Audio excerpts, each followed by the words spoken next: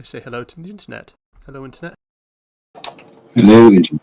Hello, internet. Hey everyone, welcome to another episode of In the Dales, classic adventures, as we have headed north from Dagger Falls, and we find ourselves at the edge of the border forest, the border indeed of the border forest. We discovered that the Silkwood Sawmill, which is a locally owned and operated business, had suffered a terrible scenario where everyone who worked there was massacred, and the people who came to investigate the crime were likewise killed. As it turns out, they were killed by druids, ironically enough. The name of preserving nature and of preserving certain unique, special types of trees, which are thought to contain the souls of elves. The druids took it upon themselves to seek revenge. Druids and were creatures, I might add. That might not have been completely apparent during the interaction with Ace, but it was the people of the Black Blood, the name given to the what we call true lycanthropes around here, people who have become werewolves and were-panthers and were-boars and so on, with a unique variant exclusive to the local area, a very powerful variant. Anyway, these Malorite druids and these people of the Black Blood have committed a massacre, killed a lot of people, and it seems to, on one hand, it was because of the actions they took in chopping down silver tops and very rare trees and to hold elven souls, but there also seemed to have been some confusion over the Zentarum. Apparently, the druids' concept of politics is around about 2 years out of date, because they seem to think that Dagger Falls was still part of the Zentarim's empire when it hasn't been for a pretty damn long time. And thus, they blamed the Zentarum on this general activity, perhaps unfairly attributing to the Zentarum what was a crime committed by locals. But anyway, it wasn't the only crime. There was a desecration of a local shrine, the Peaceful Waters of Eldath, a small, fairly insignificant shrine that sits in the border forest on its edge, purifying the waters through the process of a series of magical gems, which have now been plundered. The shrine was destroyed, the gems were taken, and we suspect that they might either be here at this Zentarum logging camp, or at least perhaps the Zentarum know where they are. Now, we came to this camp to discover that they were a force to be reckoned with. It is fair to call this an army. It might be a small army, but it's an army all the same. With a force this big, you could likely take over any small town, 500 or so, except for Shadowdale.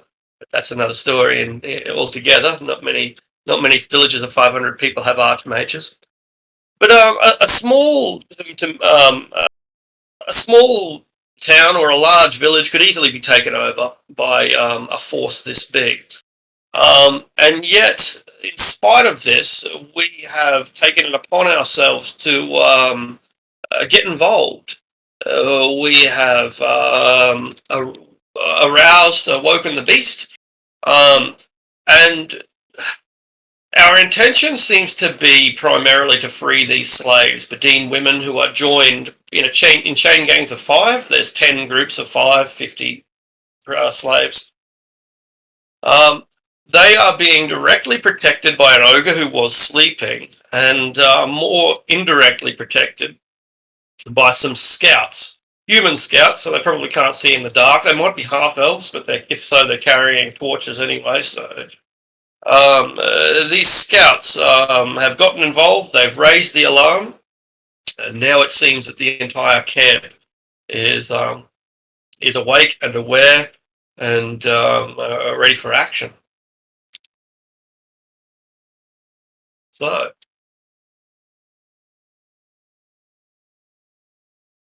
Right.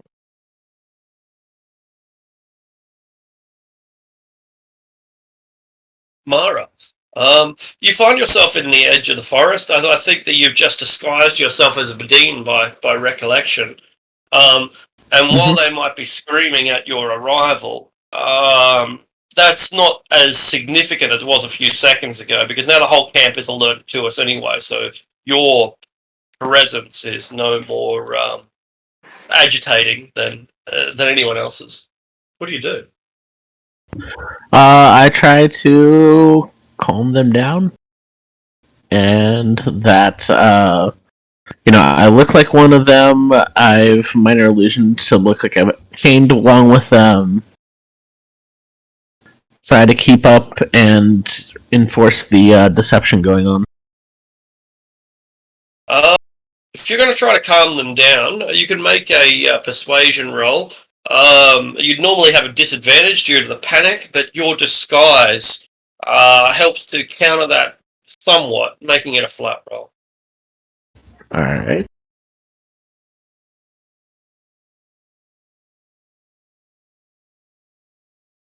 $16? Yeah, that's pretty good. And so, what are you trying to convince them to do? To calm down, and that I'm there to try to help. Yeah. They mistake you for a ghost or a spirit or an angel or something. They don't see you as a hero. They see you as something supernatural. And perhaps they've prayed for this very event, right? And now their prayers are being answered. So they calm down, or at least keep their cool, and get ready to follow your instructions. You speak their language, right? You are a Bedine, aren't you? No, that's my other game. Right. So you don't speak their language. Yeah. So you're trying to calm them down with a tongue that they don't understand, and that becomes apparent. But again, the disadvantage and the advantage cancel each other out, so they get the idea. Even if they can't understand the words that you're saying, they clearly understand the intent.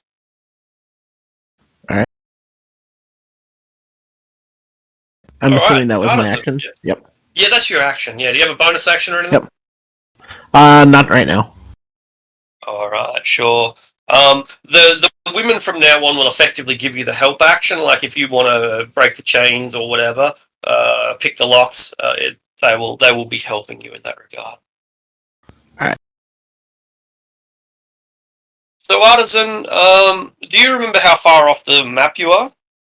I am where I'm at on the map. Same. Yeah. With the other guy. Cool. All right, so it's chaotic.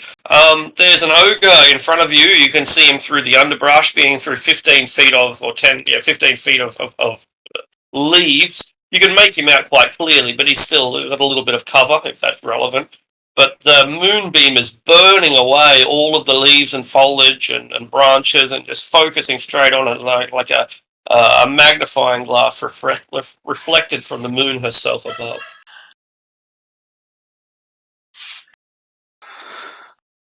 All right. Let's see here. So I'm just going to take the 10 steps forward and make a weapon attack. All right. A big, flabby, fleshy, 10-foot tall, obese creature. This should be easy prey, given that it's completely unarmored. And you find that mining ogre flesh is relatively easy.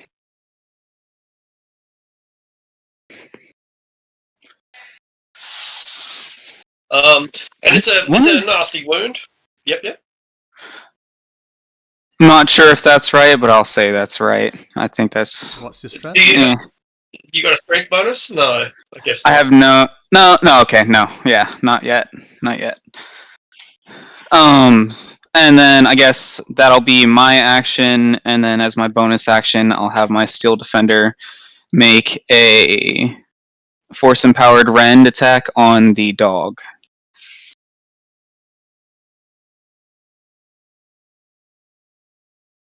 And fail. Alright. He tries to get in there, but there's too much going on, and the Steel Defender can't compute quickly enough with all the interference in the sea. So yeah, you drive your pick into its shoulder, lets out a howl of pain. It's heavily demoralized, particularly with the moonbeam coming down on it. The ogre is frightened. They are cowardly creatures, and this one needs to make a Constitution save as the moonbeam burns away at its fatty flesh. Constitution, right? Yep. Yeah. And ogres are pretty tough. That's enough. That's going to be enough. Still Half half damage, right? damage. Yeah.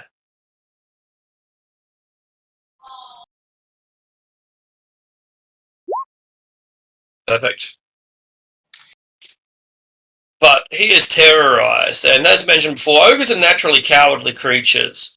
And this one foolishly thinks that if it runs into the forest, then that might somehow save it. So it lashes out with a single strike down towards Artisan, and then just tries to beat its way to freedom. The Still Defender is going to impose disadvantage, which doesn't matter. So I'm going to cast Shield. Brilliant. And that truly demoralizes the ogre. But at least it also means that you won't have an attack of opportunity as the ogre flees. What? Oh, never mind. Yeah.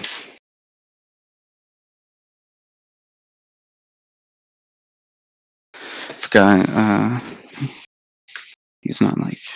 What about the Steel Defender? Does that have to use its reaction to take the attack or something? I was sorry. I was talking to myself. I forgot that his reaction is only to deflect. He doesn't have an attack reaction. So. I see. All right. So the ogre might just get away. Dalabash. All right. So I was like 30 feet away from the edge. So I'll use my movement to get to where it's supposed to be. For my action, I will.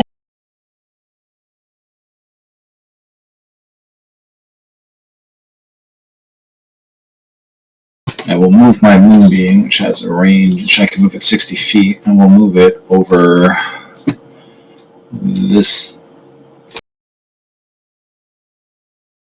Move it here. Yep. Over that guy. And then for my bonus action, I will shoot my starry arrow at the ogre. Right, I'll have a little bit of cover from the branches. Yep. And although your luminescent arrow lights up the path and startles a few owls and squirrels, it gets stuck in a tree branch inches away from the ogre's neck. Alright, that's it for me. Lady Eleanor! I am where I am on the map. And we'll move. See.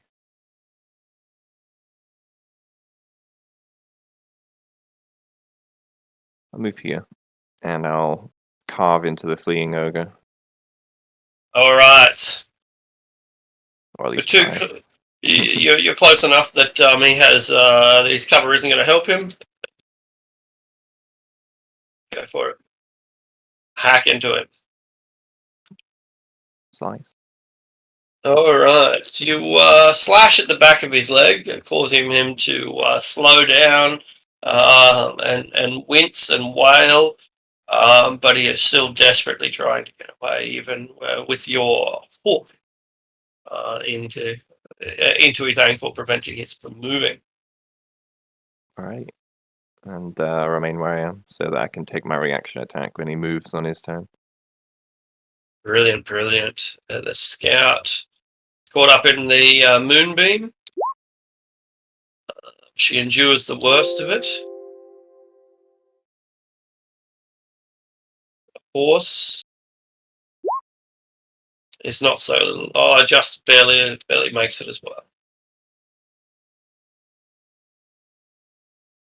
But neither of them are particularly hardy and resilient. They're not ogres, and thus the scorching radiant energy startles the horse and burns the scout. But she has a job to do, and her god is watching. Failure is not an option.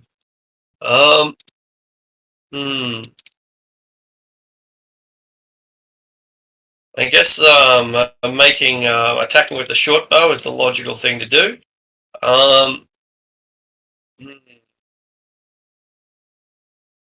The Steel Defender is a pretty freaky looking object. It has cover from all of the slaves and dogs and branches around it, giving an extra 2 to its armor class. But she's going to fire her 2 arrows into the Steel Defender.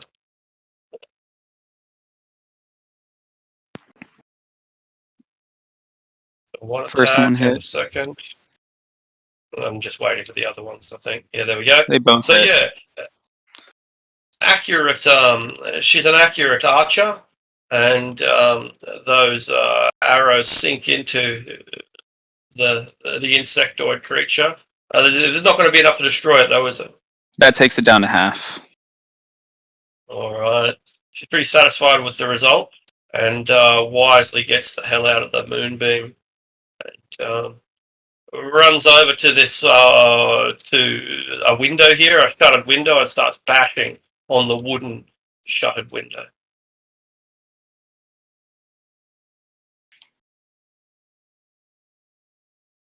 Lightness. I'll move the other scouts as well. I'm 60 feet off map. And that would put the ogre about 75 feet away, I think. Are we using like the steady aim like thing?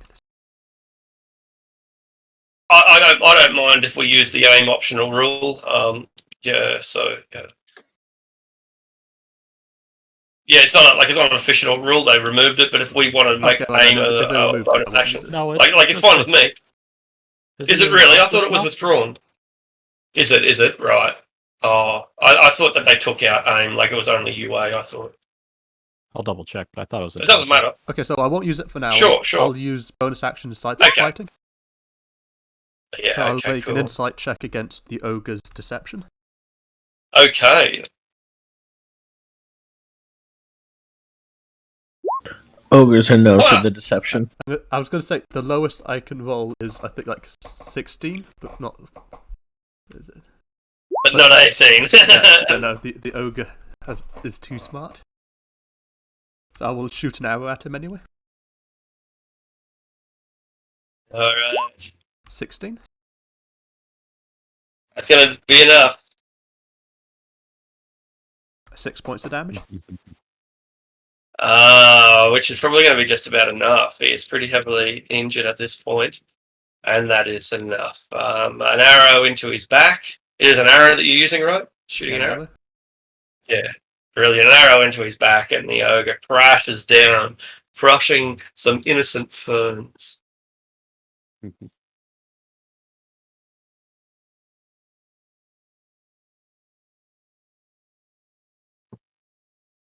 Was it the end, Flightless? That's the end of my turn. Alright, and Aliun, the ogre has been felled. The prisoners, some of them are calming down, at least the ones that aren't caught up in the melee with the Steel Defender. The scouts have called for reinforcements, the dogs are barking, and the guards are beginning to run out en masse. I think I'm still 90 feet off the edge, so I'll move another 30 feet forward. And shoot an Eldritch Blast at the scout. Really? Steady aim is in Tasha's. It is? Okay, good. Thanks for confirming. I really didn't know that. I didn't know either. I looked it up. 15 is going to hit enough. It is going to be enough to hit the injured scout. She's not wearing a lot of armor. But she absorbs the blast without being knocked from the saddle. Demoralized, though, you can see, even through the darkness, that she knows this isn't a fight she can win. Oh, I have a 120-foot dark vision, so... Of course you do. Yeah. I might have a look through your eyes to see what you can see there. Yeah, as you say, everything. That's important. I was going to add some question marks to the map, but that's not. Yeah, I'll still do that. So yeah. Anyway. Talk about dark vision. I think you need to fix mine because I just remembered I don't have any at all. All right. Okay.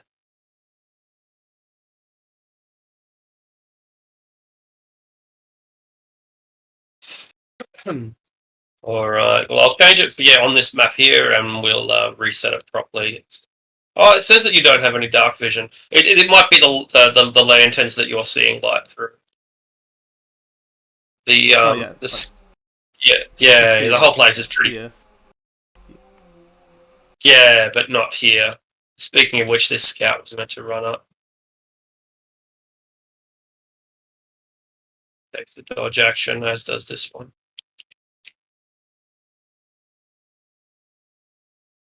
And the other scout's better.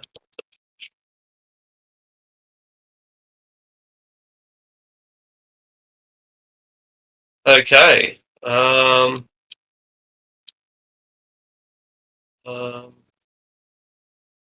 The guards. All right, the guards pour out of their barracks. They are unarmored, but armed, or they're armed but unarmored. Some of them smash on the door of office quarters, and alert their superiors. Others will equip their shields or their bows and have a look around, but there's not much that they can see, so they're pretty disorientated. Keeping in mind that they only woke up literally 10 seconds ago, it's still a scene of confusion for them. And they run out into the yard to try to establish exactly what's going on. The Mastiffs know what's going on, and so the dogs run to catch up with their masters, with the scouts. But in some of the cases, they're too far away to really make a difference. So while we can hear their barking incessantly, they pose no threat to us. There is the dog right beside the steel defender. I just want to make sure you know. There is this. There is that dog, and it leaps onto the spider and tries to rip off its legs.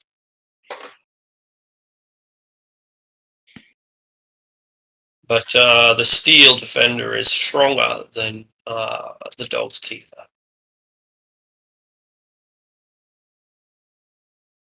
Okay. Before we get to Mara, the guards knock on or bash on this door, and out come the officers. Likewise, they were they're caught pretty unaware as well, unarmored.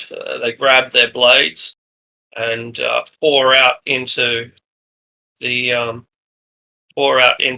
courtyard, and with them, that's all. So the guards pour out into the courtyard, and you will hear angry noises coming from this barn here. They sound like Alioun's been to the Underdark, of course. Mm-hmm. So they sound like really large, aggressive lizards. You have giant riding lizards. They're pretty common in the Underdark, and this is what giant bull lizards sound like when they're in rutting season and are angry. It's no good. Yes. Okay, Mara.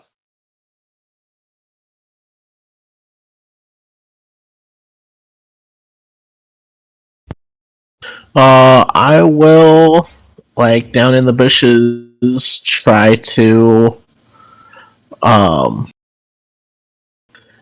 message to Eleanor to retreat. All right.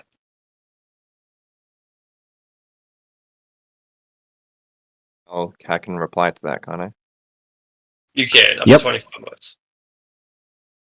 And I'll reply and say, retreat and just leave you here. I'll get them out on my own. You got me in, I'll get them out.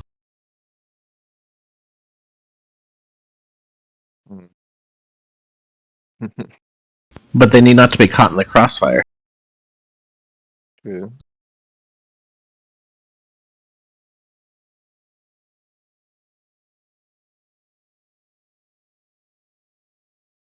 Well, considering the mass of infantry collecting over there, and the fact that I do trust Samara, I'll call out to everyone else that perhaps we should retreat for now. There's too many of them. We're going to be able to retreat. They have horses. Only a few, and we have ranged weapons.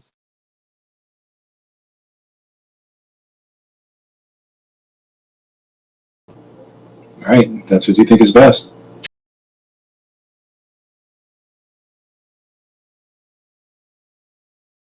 All right. Artisan, the call goes out to retreat. You barely heard it above the din, so it's likely that not many of the enemies heard the order was given.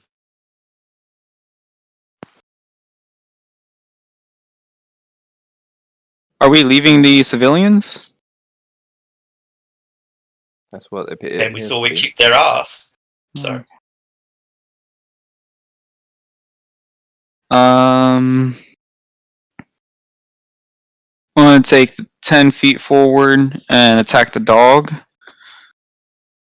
all right. Let's see. That doesn't work. And then I'm going to take the remaining 20 and head for the tree line. Dog will bite you.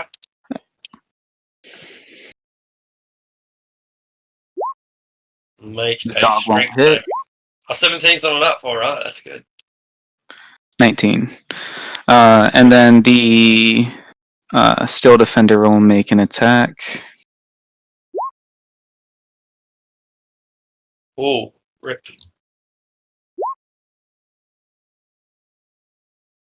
It's enough to cripple the dog and break its vertebrae. And he's going to book it as well. 5, 10, 15, 20. And then he's going to go another 20 off the map.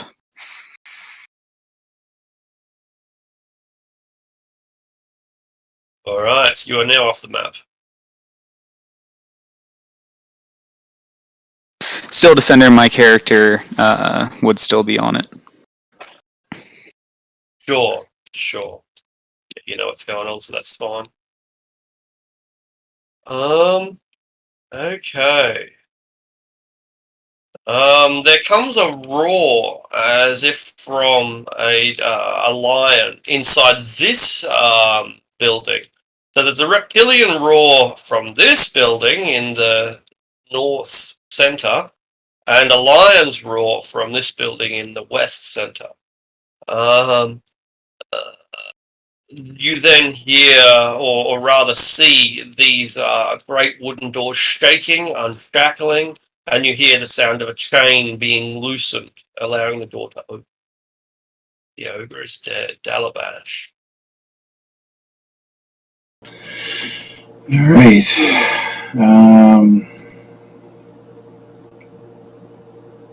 I will move my moonbeam over this guy.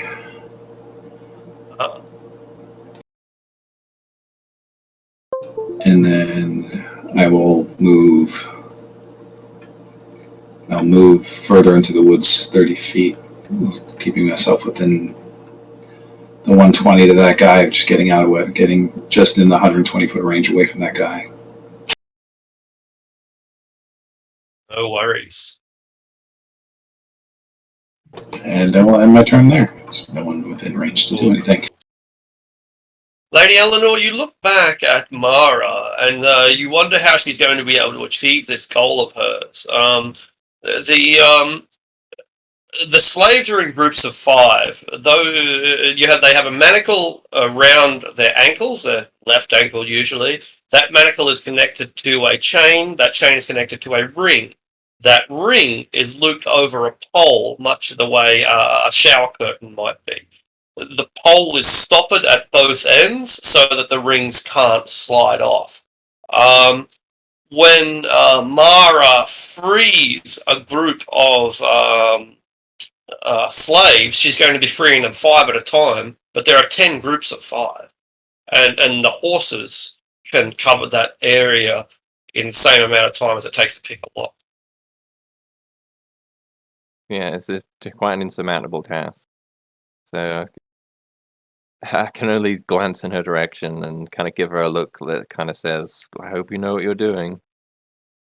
As fall back off the mat.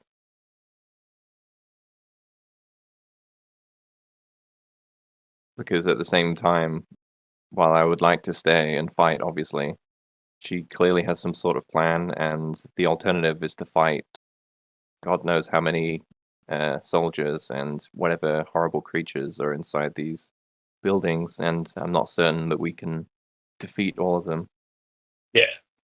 Yeah, a paladin's duty is to the innocent, but a higher duty is to your god or your ideal, and there's nothing that you can do if you too are killed or enslaved. A sad reality, but one that all heroes have to face.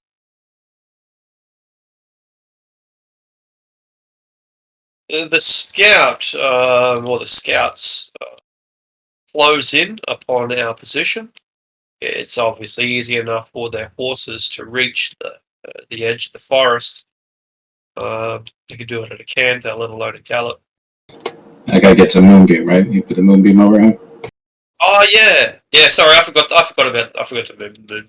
So I'll do that immediately. If they fail their con save, that could be pretty disastrous for them. But pass.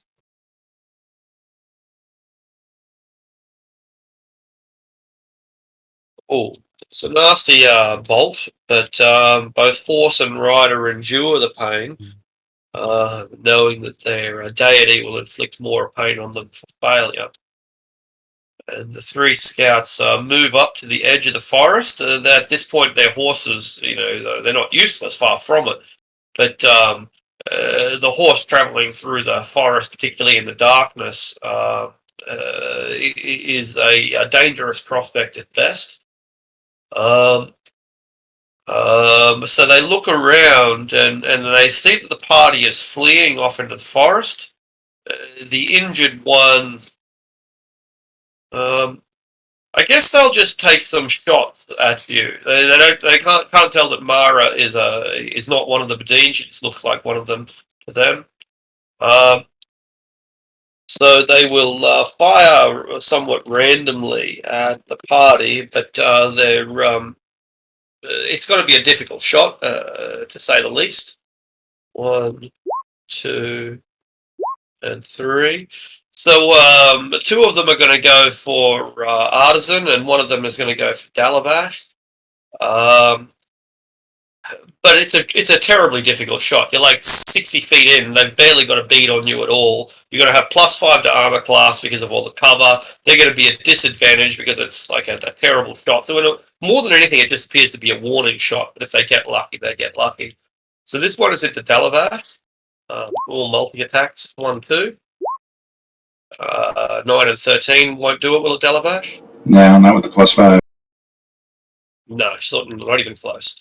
And these 4 into Artisan, almost guaranteed not to hit. 1, 2, 3, 4. With the +5, none of enough. them. Yeah. So you got to give it to her. One of those strikes was pretty damn accurate and lodges into an arrow beside you, 100 feet into the underbrush. They're talented. They're skilled. But the circumstances don't suit them. You hear them calling out that they're going to start looking for tracks. It sounds like they don't need to outpace you with their horses because they're survivalists, and you're crashing through the underbrush. They're going to be able to find you, even no matter how far you run. You hear this flightless. You hear them yelling in the common tongue that they are preparing to pursue you, but it doesn't sound like they're going to just run blindly into a trap and race straight off into the forest and fall into whatever snares that you have laid for them. Well, I've got a plan. Like, Dalavash is probably not going to like it. But I'm going to use my insightful fighting on one of the scout's horses. Oh, yes. And then I will shoot the horse. Alright, this one's the closest. It's also injured. They're barded horses. Perfect. He'll have the same advantages that you had against him, so you'll be at 23. disadvantage, and you'll be at disadvantage, and they'll have +5 to 18. armor class. 18 would normally be enough. The warhorse, as mentioned, has barding, but I think that might still be enough all the same. Warhorse armor class is not so great. It's only got leather or hide barding. It's not steel. And so your arrow weaves and winds its way through the trees, guided by your instinct, and hits the Oh, horse. so I forgot. Can we have a deception check from the horse? All right.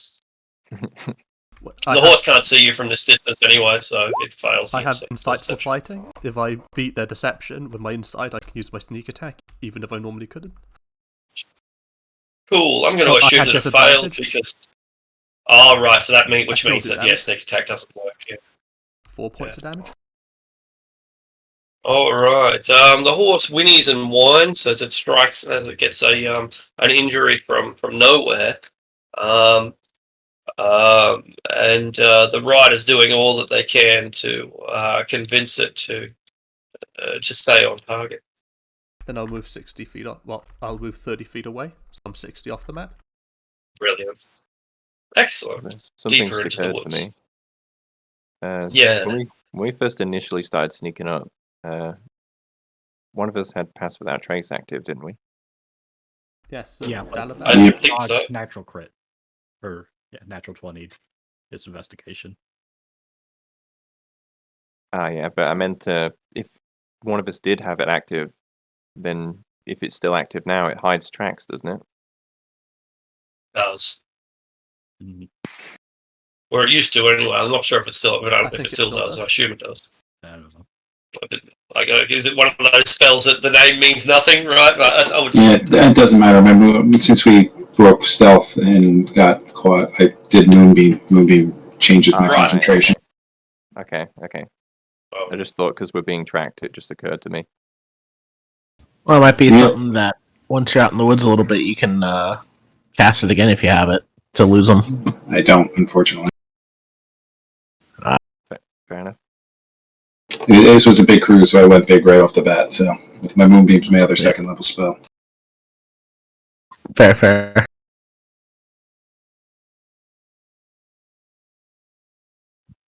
all right. So that was Flightless's go, right? Yeah. Mhm. I'll do Eliune. I'm still 60 feet off the map. So I'm just going to kind of wait here for everyone else to come back and keep firing off moonbeams. Or not moonbeams, Eldritch Blast. Focusing on this one again. Sure. All right. Yeah, so it's going to be an extremely difficult shot, but your guided missile is spot on target. Blasts through the leather armor that she is wearing and almost knocks her off her horse. You hear her calling out that she's been hit and that she's falling back. The agony in her voice is obvious. Okay. I'll just stand guard here.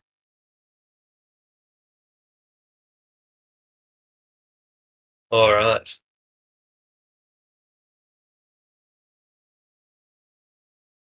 Okay. The guards basically know what's going on at this point. This one here at the warehouse, we'll call it stables, is still preparing to open the door, but it's got to wait till the chain is released on the other side. And the ones out in the courtyard appear, and there are a lot of them. There's a group of 20 or so in the first wave, but there's just as many in the second.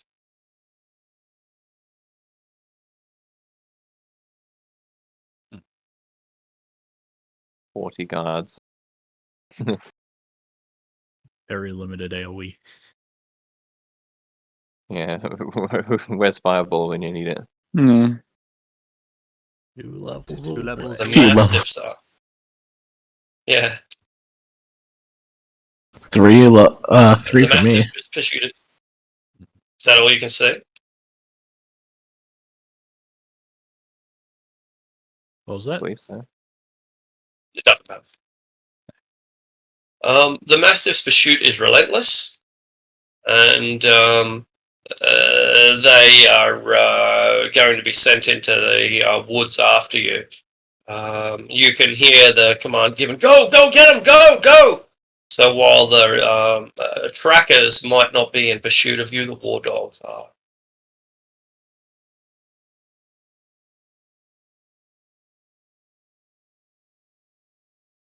It's sad to have to kill more doggos.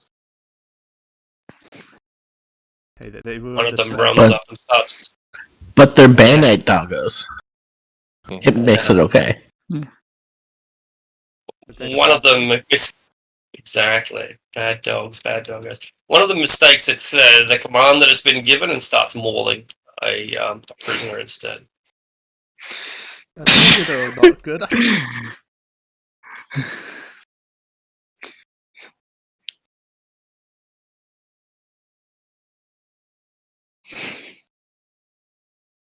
All right.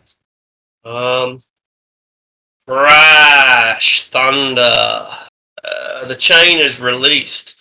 There is a roar, and out bounds a manticore with a purple robed mage on its back. The mage bears a staff in one hand and he is looking around, and the manticore roars again, and you will see it take to wing, fly up in the sky. The wizard tries to spot you from above, but he has no dark vision, and so we'll be relying on sound alone. So that'll be a disadvantage at best. Come on, wizard. There we go. And he looks straight at you and can't see you. And the manticore begins soaring through the sky while the wizard tries to focus down on the area below, waiting until someone targets him. It's retaliate.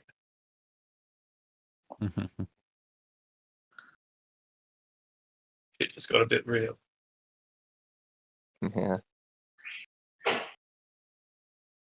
So he is up in the air, and I'll put a little marker on him to so we'll know how. He's about 60 feet up.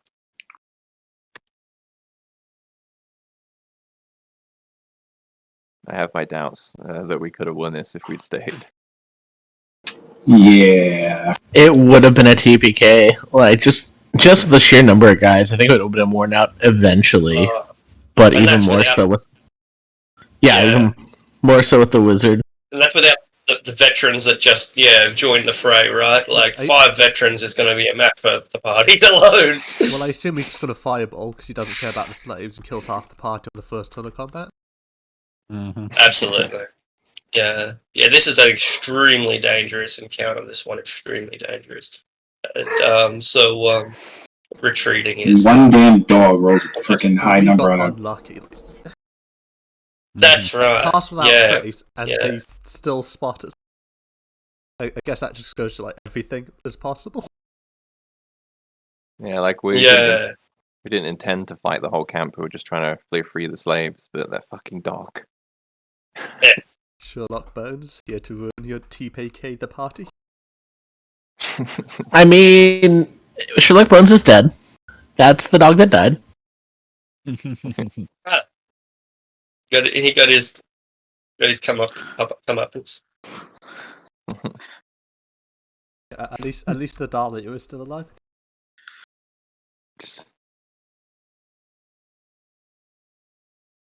So I think we're up to, as these veterans run out and begin to spread themselves out, knowing that fireball is a very real possibility when fighting insurgents.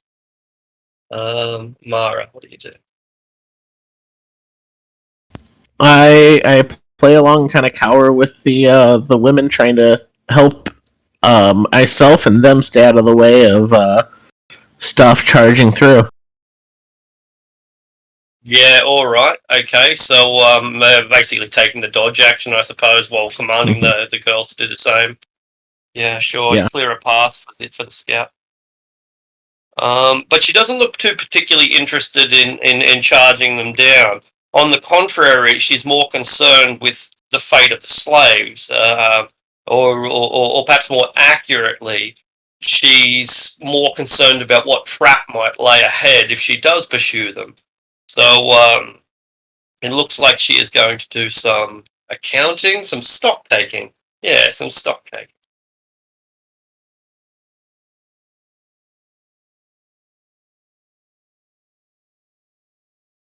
Artisan, we have left the slaves and Mara behind. I'm just going to keep booking it until someone else says otherwise. I'm a support character. So I'll be 60 feet off screen, and my defender will be 100 feet off screen.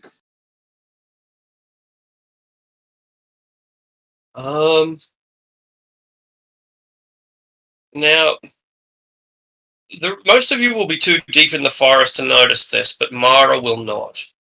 Mara, the hallway to the main building opens, and looks like half of the walls disappear in the process.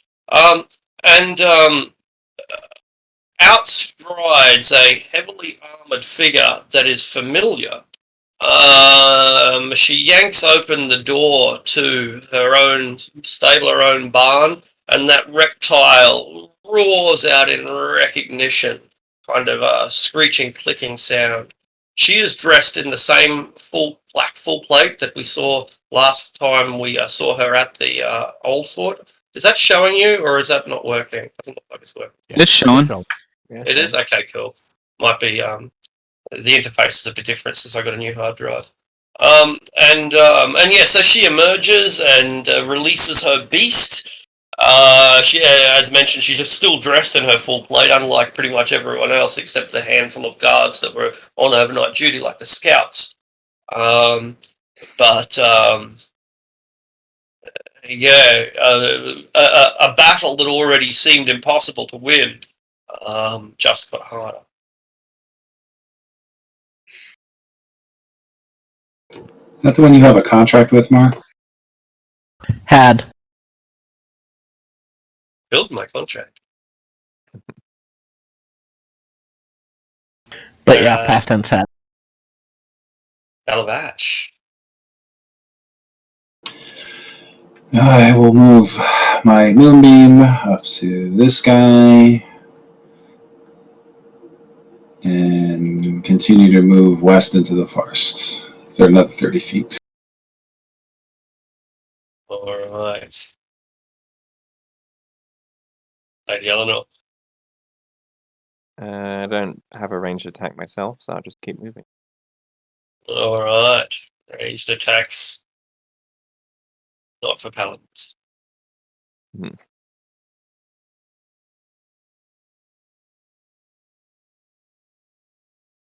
Okay, the moonbeam blasts down with a considerable amount of energy. Let's find out how much.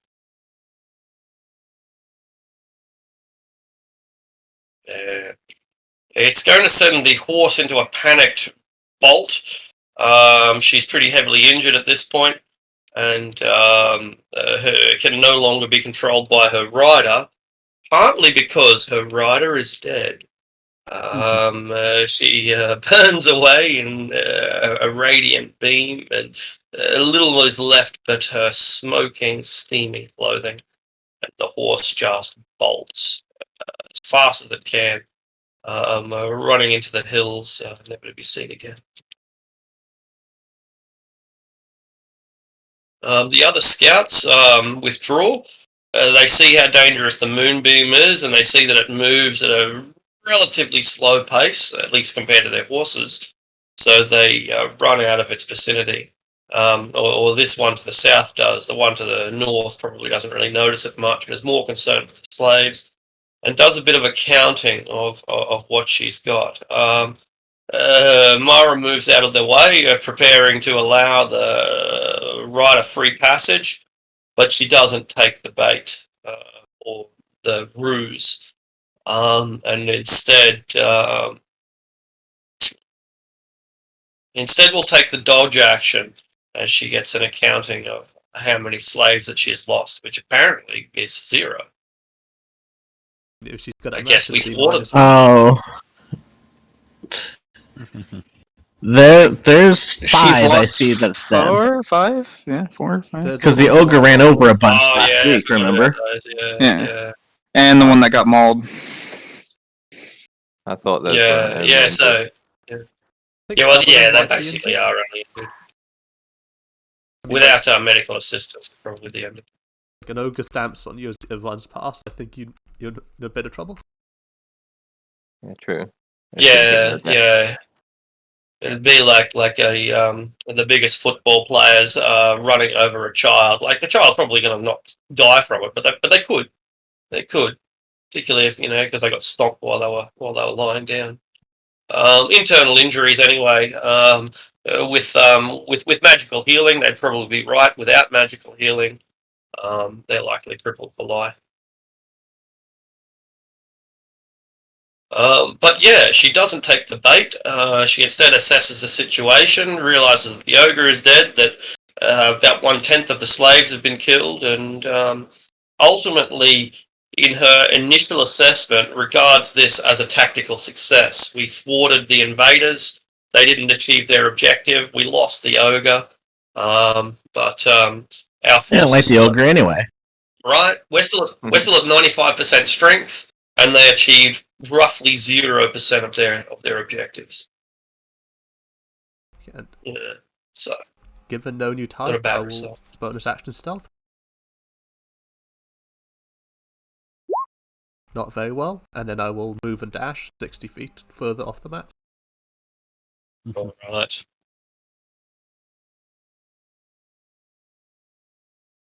Ian, you've been pretty safe throughout most of this event. You've certainly pulled your weight. Yeah. I'm just gonna hold my action. Just kind of wait here, make sure everyone gets past me. If anyone continues chasing us down, I'll blast them. Perfect. You have covering fire. Roll of a warlock. Mm-hmm. And the guards try to assess what's going on. The scout informs them of what's happened, and they will prepare to begin their combing the forest. Their can't think of the right terminology, but they're going to start searching for you once they have assembled. And the mastiffs are a little more feral, a little more wild. The scout calls off the mastiffs, tells them to stop eating the guards, and instead pulls them back so that she can use them when they track down your scent.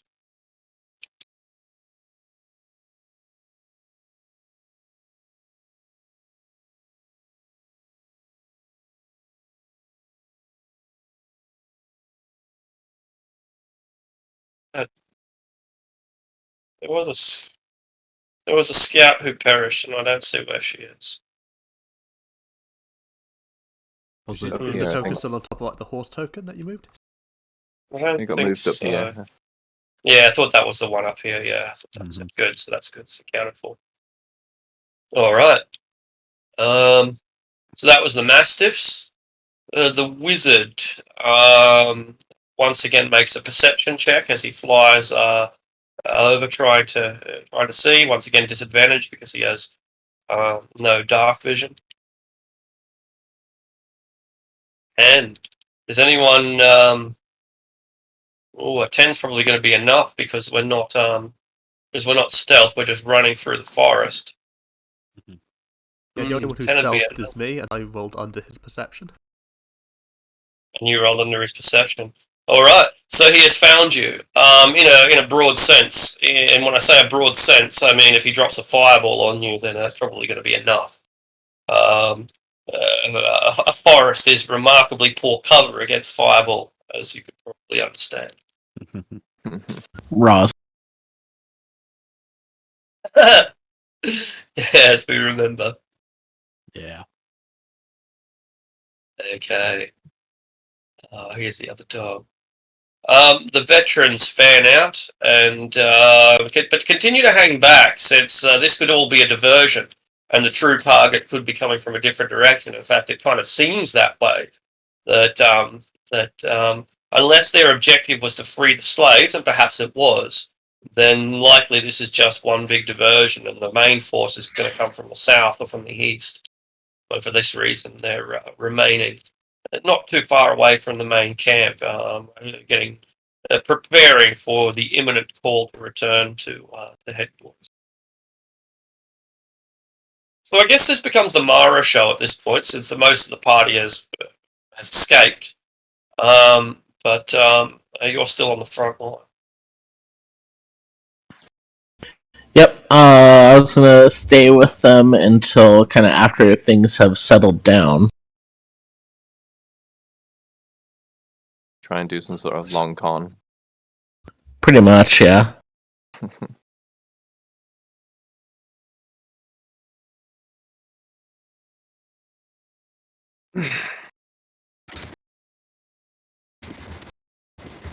All right.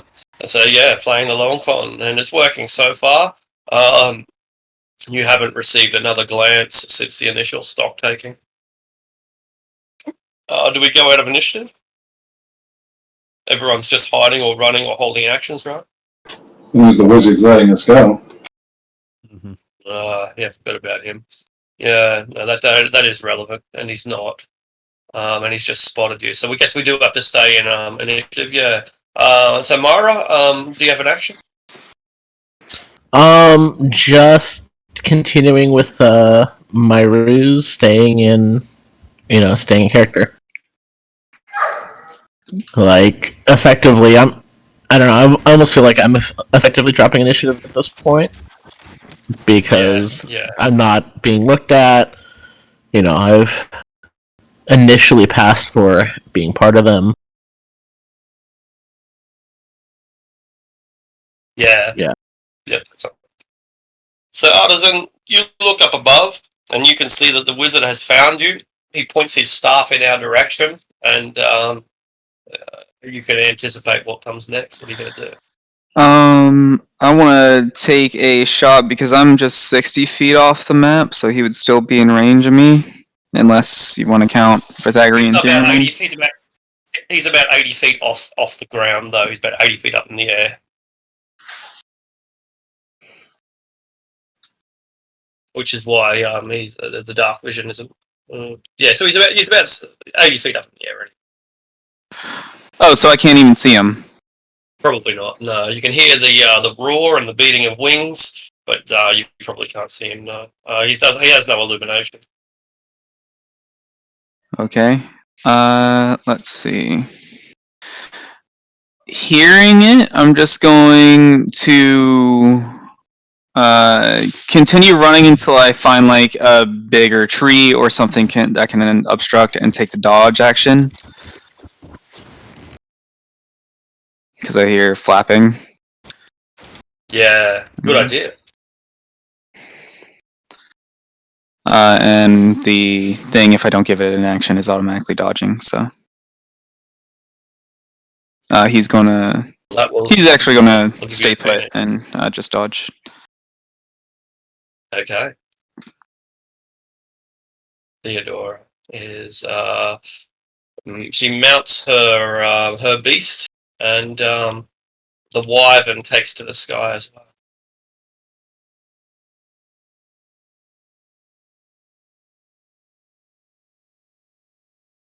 Dalavash, the wizard has lined you up, is pointing his staff at you.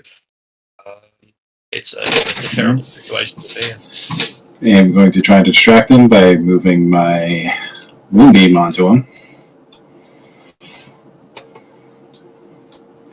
And I will continue to move another 30 feet, push me about 90 feet away from him.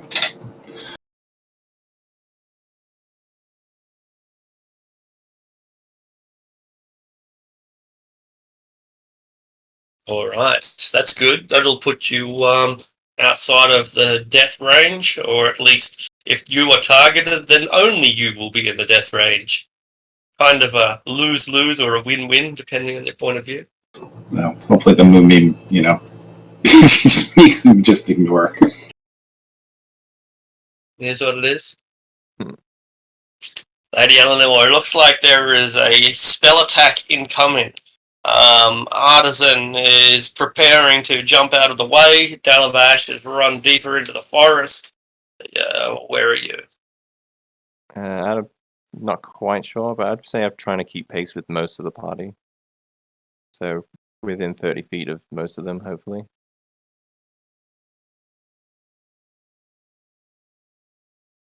I'd say, I don't know, 60 or 80 feet off the map, something like that.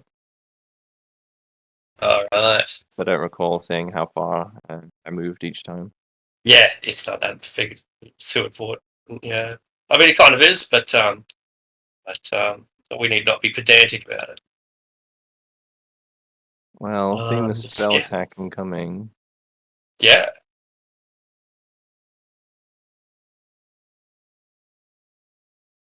out of character, I don't really want to do this, but in character, I think it's the paladin thing to do. I'm going to activate my Asimar transformation, which causes bright spectral luminescent wings to sprout from my back. And I will fly up into the air. So I'm clearly visible to the wizard. All right. That certainly gets her attention.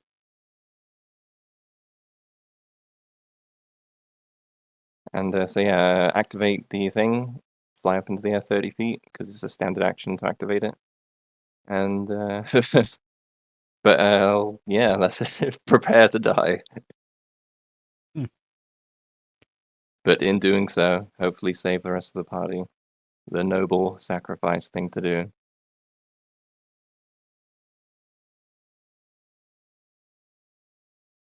Okay. Mara will see this and curse under her All breath, right. calling you a fool. That I am. She said she recently watched Lord of the Rings and misunderstood Gandalf. Yeah. For what it's worth, I'll throw on a shield of faith just in case he targets me with an attack roll spell. But I think it's going to be a fireball. It would have been, but now it makes no sense because there's only one individual to target. So it'll be disintegrate instead. Yeah. Okay. Cone I'm of going to Cold. stealth. Bonus action stealth. Can I action stealth as well? No. I mean, yes. Can I stealth my stealth roll? You can, but you don't know that you fucked up the stealth, so it's very meta to do so. Okay, thanks. How far away? I'll stealth because I don't want to get too far away from the rest of the party, so I'll just move within. How far away is everyone else from the map? Two of us, 60, I think, are 90. 90. Oh, I'm already 120 off the map. So I'll just take the dodge action and just wait for everyone to catch up. So I guess I'm just watching the winged thing. All right. At the end. Yeah, seeing the wizard kind of chase after Lady Eleanor, I'll just blast the Manticore with Eldritch Blast and then fall back. All right. Boom, boom. Pew!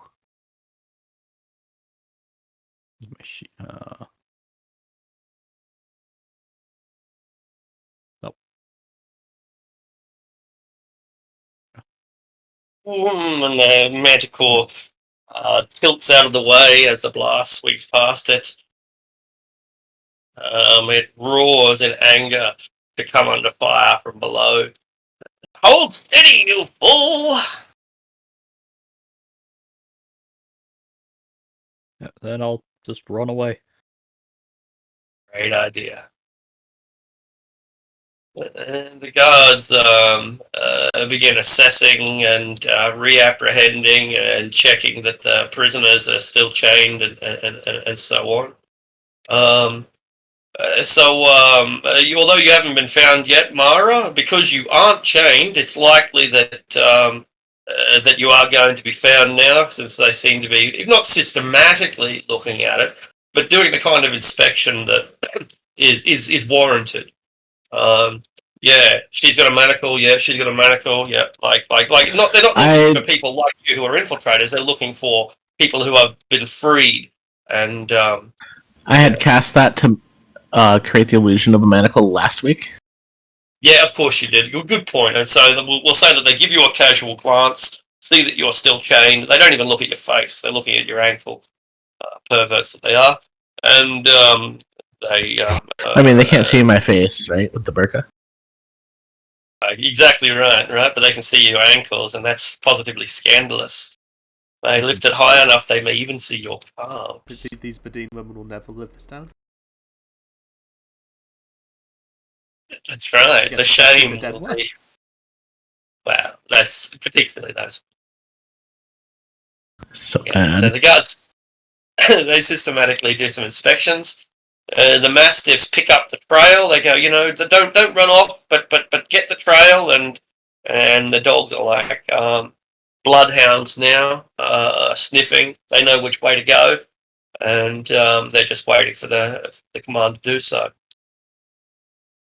Arazu the Slain lowers his staff. Moonbeam. Oh, Moonbeam! Yes. Who's it sitting on? The wizard. Is it really? Brilliant. Okay. Just a con save. That's enough for half. Or is it? It'll affect the Manticore as well, who doesn't like it at all. But endures it all the same. Each take 4. Okay. The light from the moon just isn't as strong tonight as it could be. You're coming with me, he tells Sir Eleanor. He lowers his staff and instead points his finger of his left hand, and he tells you something quite specific. You will come with me and return to the camp peacefully, without aggression, surrendering yourself, or you are under arrest. Oh. That's a 30-foot range. I think. How far away from us was he? Oh, he's flying, so if he has to fly within 30 feet, he does so. Fair enough. Yeah. Heroic sacrifice. Yeah. Well, this is still a sacrifice. I'm just being captured instead of killed. Yeah. So, what is it? Wisdom save. Wisdom save. I'm gonna re-roll that. Alright, I guess it's not meant to be. Then in that case, I will fly slowly closer until I'm within 5 feet of him. And present my hands to be shackled. Okay. The veterans are securing the camp. Mara, you watch overhead as part of the plan falls apart.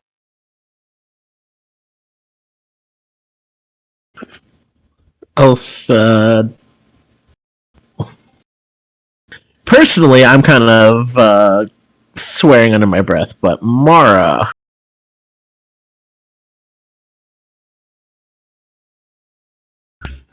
is trying to figure out what to do now. She's like, "Oh, great! Now I gotta save someone else and the slaves." So a lot more just got added to her plate. Artisan, is there anything we can do? I ain't made anything cool enough for this yet. Take that as a no. Wyvern takes the sky and begins sauntering and gliding through it. The ogre is dead. Dalabad. All right, so seeing Lady Eleanor seemed to be entranced by this guy and what he said. I am going to make sure that is the moonbeam still on him, or has he moved out of it? Oh yeah, he moved out of it to come closer to Eleanor. All right, so I'll move the moonbeam back over him, and I will shoot. I will shoot as my bonus action. I'm going to throw shoot a luminous arrow at Eleanor. Try and wake her up. Excellent. At me, okay, fair enough. Yeah, it's a good idea, to be honest. I wondered if someone was going to do that. Damn, 17 enough to hit? Unfortunately, not with my Shield of Faith active. Fortunately, Oh not. no! The faith. Oh, I forgot you had the Shield of Faith up. Oh my god! The fates are not cruel, not kind today. I was like, yes, that's enough to. Oh no, it's not. And this is where she basically gets on top of the Manticore and prepares to be captured. The Well, I'm scouts flying are waiting. myself, so I'll just I'll ready my action to fly alongside him. Well, the Manticore. He's getting on the she's getting on the Manticore. Well, yeah, apparently not. Like I was just basically wrapping the scene up, to be honest. Right, but okay. but yeah, there is a moonbeam there, so that's probably not what you'd want to do anyway. But it does appear that she has been captured, or at least she will be, unless we can prevent it by the end of this initiative turn. Although, since I'm within 5 feet of him, I was going to say the moonbeam would hit him on his turn. But would you really go into the moonbeam as part of the suggestion? That seems fucking stupid. Well, he moved it. Hey, good point. So I'd move within 10 feet of him then, so to avoid going to the moonbeam. So you move the moonbeam onto her as well, to blast her as well, or not, is the question. Well, he was already shooting at her. Well, that's it. If I had done it because I would have shot and then moved it, but I didn't end up doing. I moved it and then shot, so okay. I would have known that I missed. Blast her with it, you can. Yeah. Yeah, sure. Yeah, sure. 4 damage. You can't get any worse. I mean, at least you're resistant to radiant. Yeah, true. My radiant resistance actually comes in handy for once. Yeah, so you would take 5 damage and you'd wake up. Right, 5 damage. And then it would have been my turn, right? No, you get your turn. You wake up. Yeah, so at the beginning of your turn. Yeah. All right. Yeah. But I'm within 5 feet of the wizard, so and the Manticore by extension. So what to do? That's a nice way to get within attacking range. True, although I don't think I can solo a wizard and his Manticore mount. You just don't have faith. Hit and run. Believe in the me that believes in you. Let's go. Yeah, sure. Now that I've snapped out of it, I'm not going to go down without a fight, even if I die, I suppose. So I guess I'll take a swing at the wizard or the Manticore one. They're both pretty awful threats. Guess I'll go for the wizard. I'm banking on him being cowardly enough that if he gets near death, he'll order his Manticore to retreat so he doesn't die. Because I'm transformed, my attacks do a little bit more damage, so I have a macro for that. Yeah, there it is. 14. All right.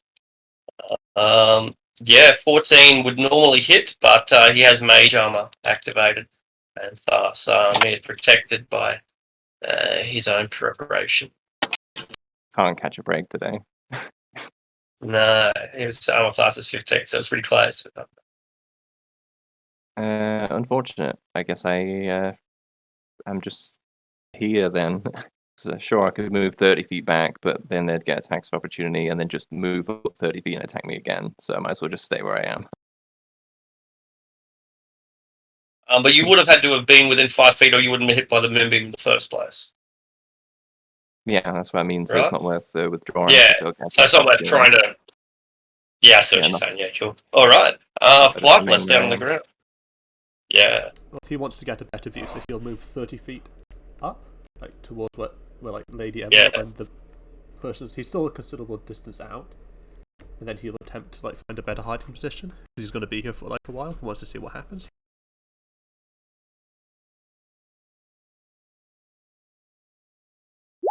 But that, it's not good. It's better than what I've been watching.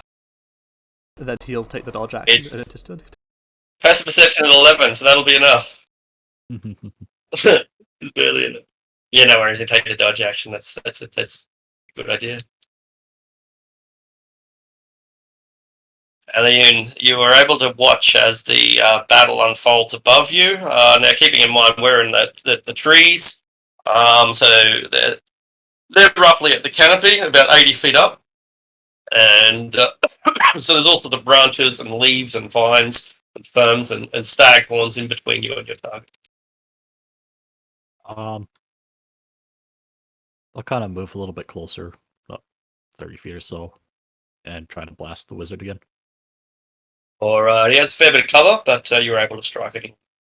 You probably, yeah, no, never mind. That'll do.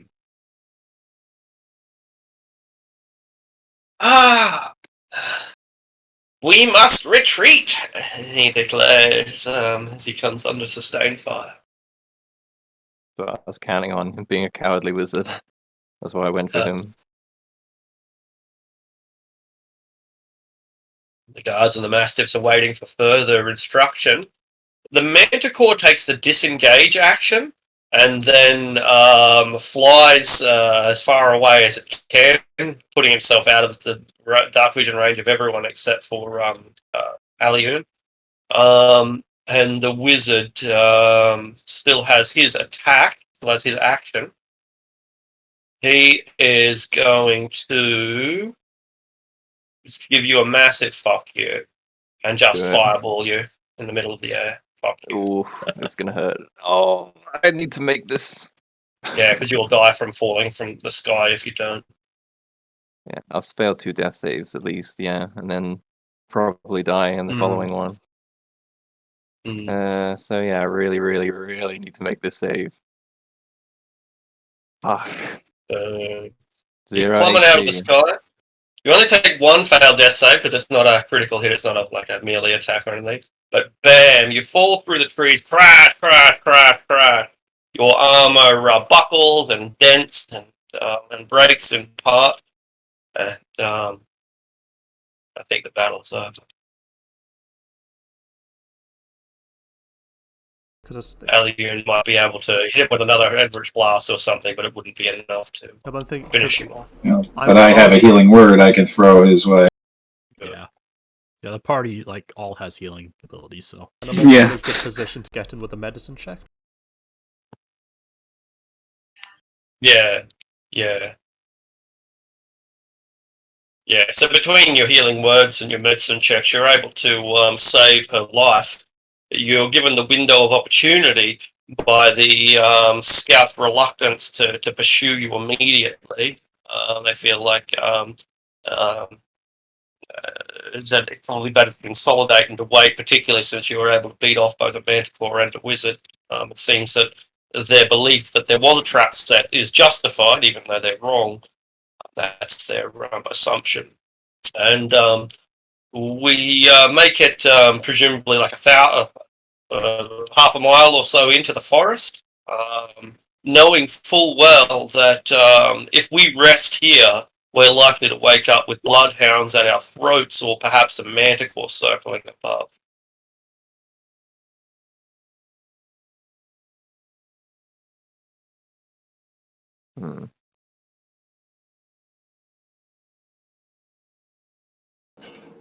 So we're escaping. I mean, we gotta regroup somehow. We gotta figure out what to do about Mara. Yeah. I'll be fine.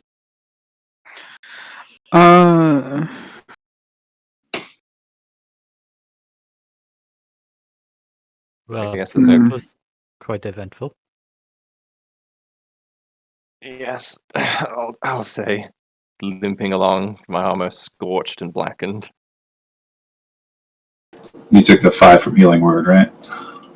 Hmm. Yeah. This will give you a cure wounds too. Still have 2 first level spells. Fair enough. I Dogs appreciate are it. barking.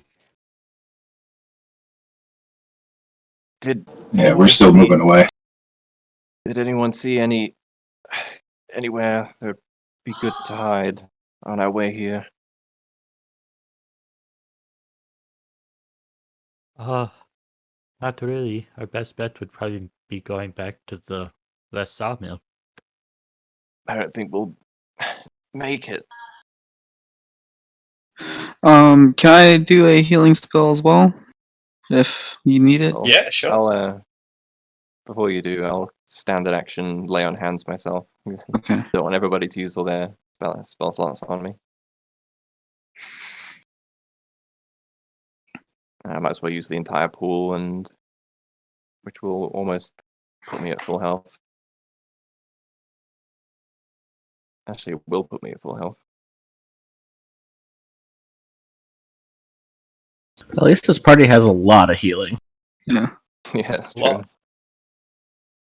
I suppose he'll make the sounds of like the 4 elements.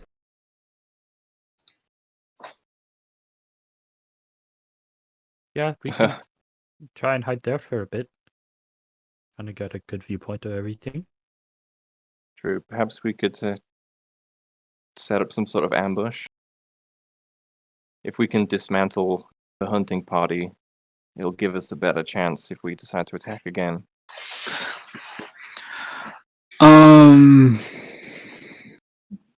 I have a hunting trap that I can place down for one of the dogs that's going to be on our trail, a bear trap. Poor doggo. Yeah. Beyond that, we could try to make a makeshift trap. I don't think a trap is our best bet. What do you suggest? Just, oh, Just go ahead. hit them up, set up, wait outside a clearing, wait for them to come through, blast them, and run away. This could work. My concern is that if that wizard is with the hunting party, he may have more magical reserves to pull another trick like that again. I motion to my blackened armor. So just don't get hit by it. Seemed pretty hard to Don't get avoid. shot. Yeah.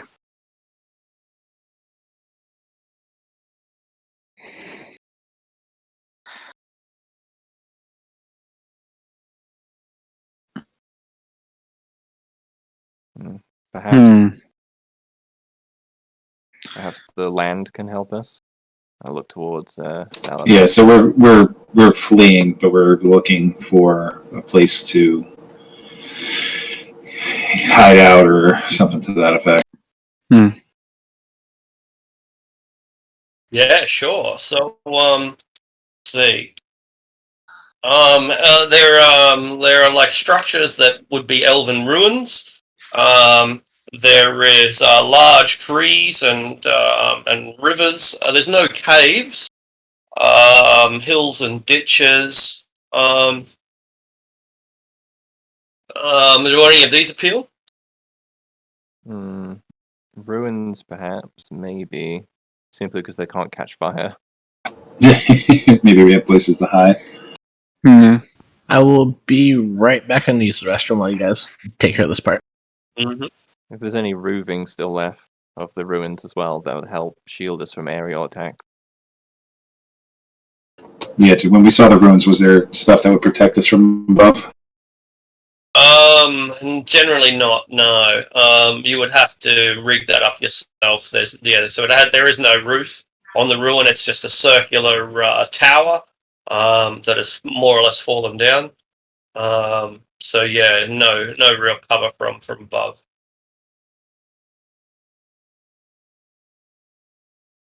Alright, so if we go to the runs in there, scouting from, he's scouting from the air, they're going to be able to see us. Probably, But I say we just keep marching. Just keep going until we can't anymore. Mm-hmm. Yeah, can I Oh. can I use survival to try to hide our tracks or? yes, absolutely.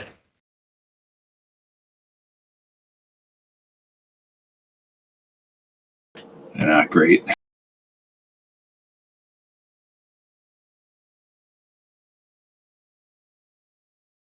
Yeah, so you try to do your best, but you're not sure if you're going to be good enough to fool the dog's nose.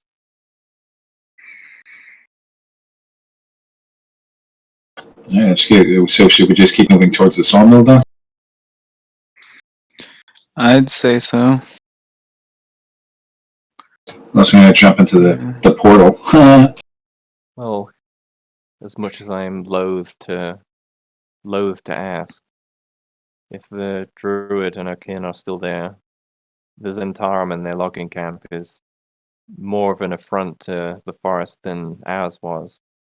Perhaps we can enlist their aid. No, that's quite possible. Well, we have to make it there first. Let's make haste. All right, that's the plan. Mm-hmm. You get to the sawmill. Try to, yeah. Try to. All right. So you try to get to the sawmill, but the dogs are faster than you are, and you hear them gaining on you. This is after about an hour or so. You manage to travel for about an hour, and just as you're starting to think you're in the clear, the bloodhounds can be heard, and you know that they will be on us within minutes. Does that change anything? I think I'll signal to what artisan that I might be able to travel a bit faster, and if the elf is there, I might be able to get their help.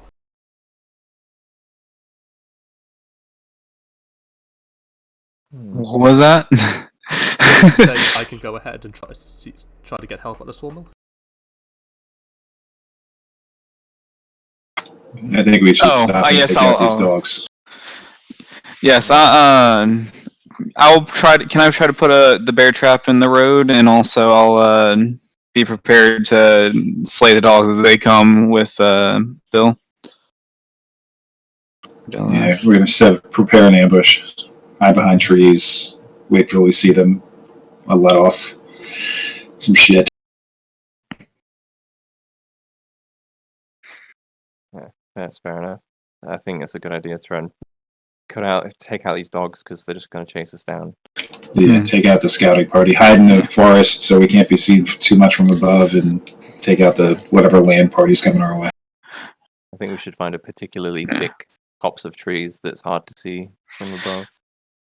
And after the dogs are killed, we can change directions because they won't know when or if we turned.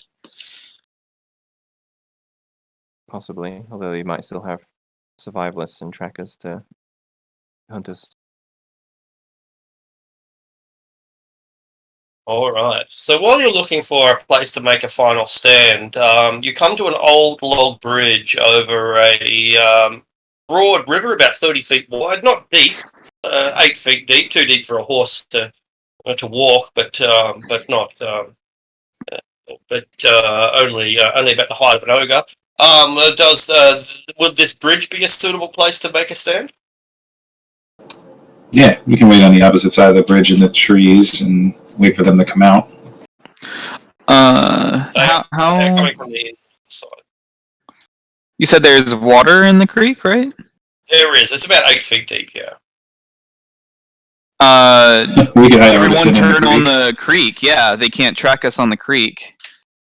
Go a little ways and then come off the creek. They won't know where our tracks are unless they are able to comb an entire forest along the shoreline or whatever, or creek bed, whatever. Like, jump into the water and then run along the creek. Is that what you mean? Like through. Jump into the 8 feet of water and take a swim in heavy armor. And Basically, is it a river or is it a creek? We said it's We 8 said it was 8 feet deep. Oh. So we'd have to swim.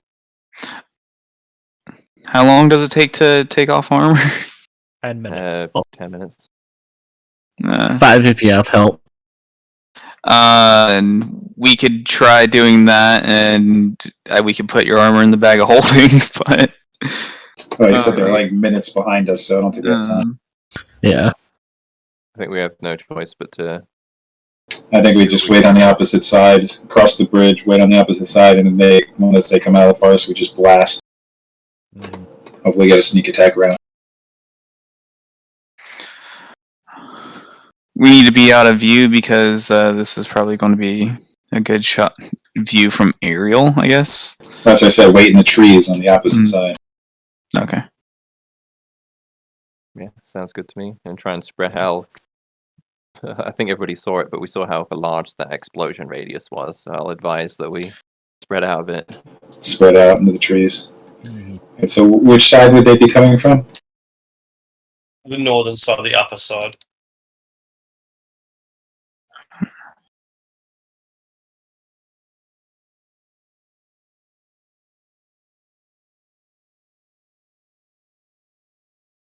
All right.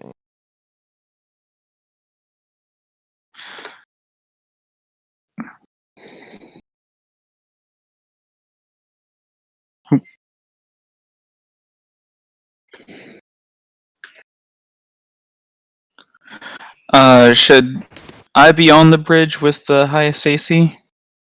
Or would you still want to take it? No, no one should be on the bridge. Not on the bridge, but like closest in melee if something's to cross. Yeah, be in the trees to the closest access point to the bridge. All right, I'll move back. So, out of fireball blasting range.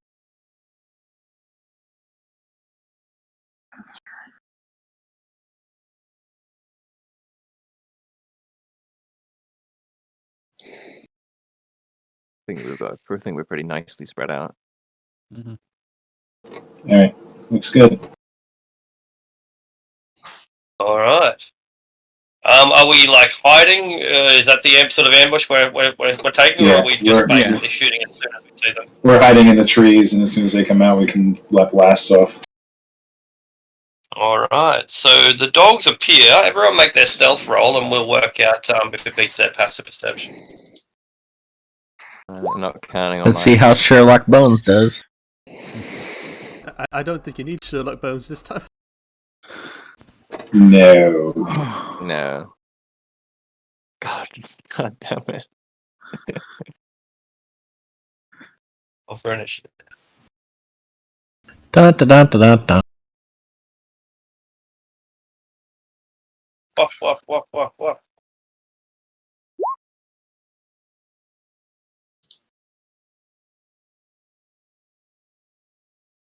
Oh, that didn't go with it.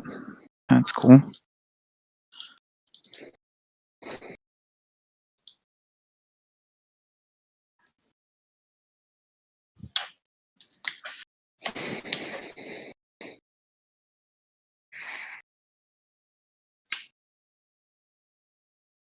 That everyone? I think so. No. Yeah, Mara's not with us. She's still back with the camp, is she? Yes. Yep. Excellent. So, Artisan, the dogs emerge from the forest. They bust out of some bushes that are particularly thick, so they're now visible. It looks like they're making a beeline for the bridge. Are they breaking the tree line right now? Yeah, that's right. So, representing them coming on the map, we can imagine that they come into view now. Okay. Then I will fire off my hand crossbow.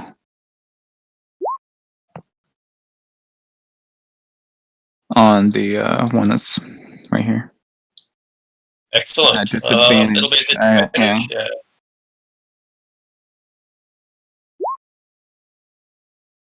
Ah. doesn't have the power, and the bolt falls short a few feet. On target, but not enough power.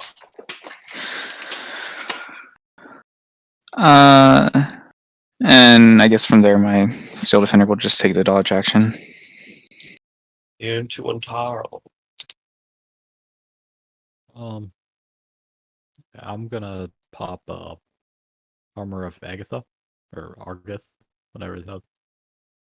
Agathis? Yeah. Yeah.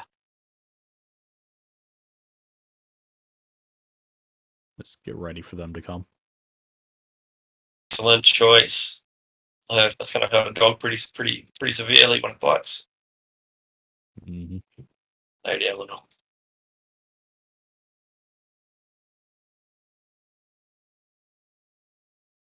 Range of this, I think, is 30 feet.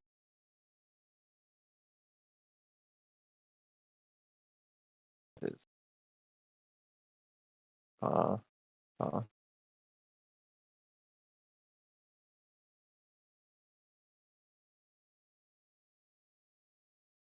Move here should be in range. Yes, good. So I will cast Bless on myself, Dalavash, and Eliun. I was hoping to include Flightless instead of myself, seeing as it's going to be mainly ranged attacks that get us through this. But actually, no, I'll give it to Dalavash, Artisan, and Eliun, seeing as I don't have a ranged attack.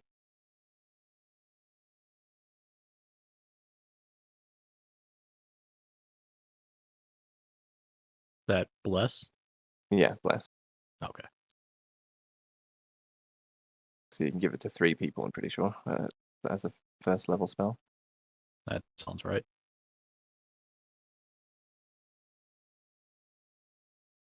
Hopefully the +4 to hit will help with the range attacks. Not Yeah. +4, the D4 rather. Mm-hmm. Make a pretty big difference. Move back a little bit more and stay here for now. Well, there's no light anymore because we're just in the wilderness, so I can't see at all. Good point. Yeah, I considered that, but you're absolutely right. We haven't been. It's not dawn yet. It's probably about 3 a.m. or so, and so you can hear the sounds, and there is enough moonlight to filter through the trees, but it's dark in here. All right. The dogs run straight across the bridge, with one of them breaching the bridge and the others dashing across it, waiting for us to get there. Alabash. Alrighty. I'm gonna have to pet my dogs later. Tell them I'm sorry. Yeah. Alright, I will. I'm gonna throw a guiding bolt at this one. All right, the one at the rear, no worries. When the bolt sails overhead while its gums flap in the wind. And bonus action, I'll take my starry form, my arrows. Alrighty. Can you shoot on the same Right, round you let's- transform? It's a bonus action, and I use my bonus action to transform, so I don't think so. Okay.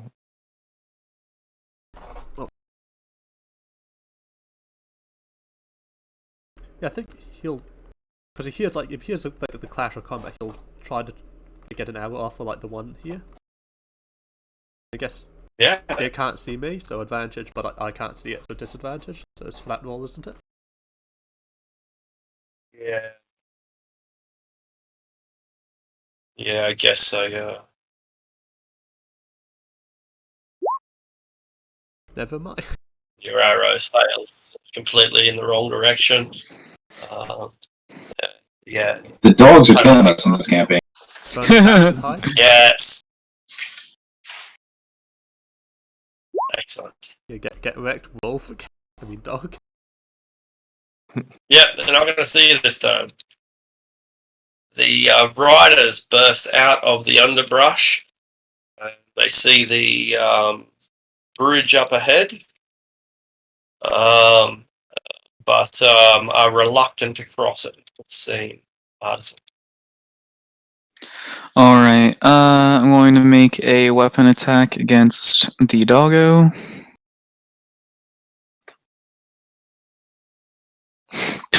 Can't hit worth a shit today. And I'm also going to, because I could have done it last time, but I forgot to, repair. Use all to that attack roll, by the way. If you're blessed. Yeah, good point. Oh. Pick just might hit. So, It might hit. I add a d4 to the war pick. 3. That's gonna do it, and you are guided by the gods. Nice. You mine some Dogi coin, right? Yeah. Yeah. Didn't that just plummet because of Elon Musk? It just did plummet because of a fucking mining pick to the head. Yeah. Sorry, I thought it was pretty It's funny. still at like 50 cents a piece. yeah. Yeah. Yeah, I mean, like I look in the media and it's like Bitcoin crashes, Dogecoin crashes. It's like, oh no, they lost 20%. Like what from the fucking 200% gains of 3 months ago? 1,000%. Right? Oh no, it's crashed 20%. Yeah, okay, dude. I think we can handle that. I think we can absorb it. Anyway, you mine some dog and then block the passage. And my defender also repaired for full health. Excellent, excellent. The defender is looking good. Regenerates. Alioun. Let's see. Yeah, I'll kind of. Let's see, how far can I go? I'll kind of hop over to here, take one step onto the bridge, and stab the dog. All right. Oh, the For dog 11. is dead. One murdered dog. I'll take a step off the bridge. Precision. And it doesn't even slow this dog down to watch its brethren be slain Mm-hmm. by that level of loyalty. You can beat it into him. Yes. Hmm. Eddie Eleanor, words of wisdom from the drow. I'll move here and dodge, because I do not have a Alright. ranged attack. I did have a Mastiff ranged launches attack, itself. but I sold all my javelins to that barbarian. Oh yeah, that's right. What have we learned? Don't sell your javelin. Excuse me, that's not Javelins are culturally appropriate. underrated. We call them uncultured tribesmen now. Indeed. Differently Uncultured, tribesmen. that's totally colonialist. I mean, Their culture's older than yours! And the dog launches itself at Alioun. It's at disadvantage, so Uh-huh. with the deflect. So If it'll only they be a 16. 16 hits.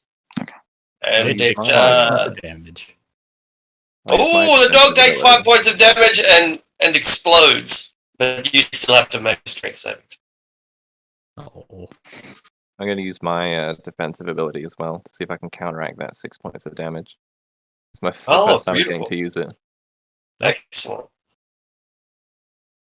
Yeah, you don't take any damage. Sweet. Right. Nice. that's a nice ability So they the added. dog- Mm-hmm. Yeah, The I'll dog put like bites your sword instead of And then it explodes. And then it explodes. and then you'll explode. It's a comedy of errors. Dalabash. There it is. All right. Can I see these scouts? You can hear them, and there's enough light that you can make them out. If you don't have dark vision, we're probably at disadvantage. Well, then again, no, they don't have lanterns. Like, they can't see without light, so they would need to have some sort of illumination. So yeah, you would be able to see.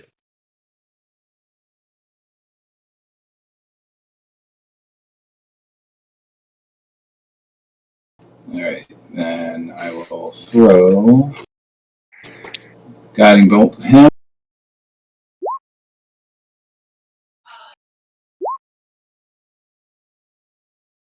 Boom. Alright, that's a devastating blow. And then I will Luminous Arrow the same guy. Excellent. But he ducks that one, and tells his party, tells his companions that he has no choice but to retreat. I think the second It attack would be- advantage, wouldn't it? Yeah, it'd be because the guy. advantage because of guiding bolt. You're He absolutely explodes. right. Absolutely right. I'm going to have to retreat. Oh, that's right. Yeah, I get the Guiding Bolt advantage on the next hit. You buff yourself. In addition to That's like, how awesome. far can they see right now? You Pretty take nice 1-2 punch. It really is. Take him straight off his saddle. He's like, I'm going to have to retreat, and it is knocked straight off, clean off the saddle, dropping his lantern and starting a small fire, which panics the horse. And I will duck back behind a tree. Okay. Lightless. The plan's working well so far. Yeah, it's time to move up to the river edge because they have lanterns, don't they? They do. Just within range. I'll take a shot at this one here.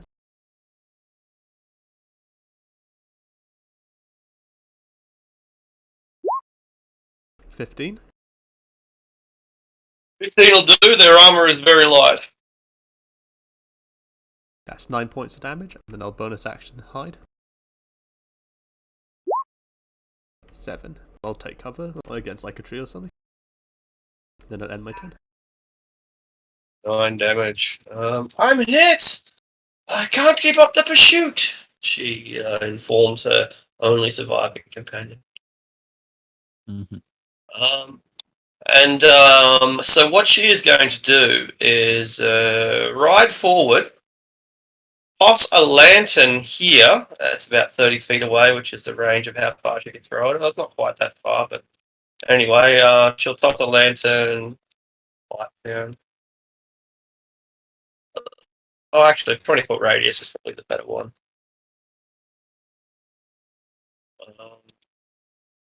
Yeah, okay. You're not going to be able to see that. 20-foot radius is a better one. So that part is the brightly illuminated area, and there's another 20 foot of dim illumination beyond that. I can probably represent that now that I think of it. Second aura. 40. The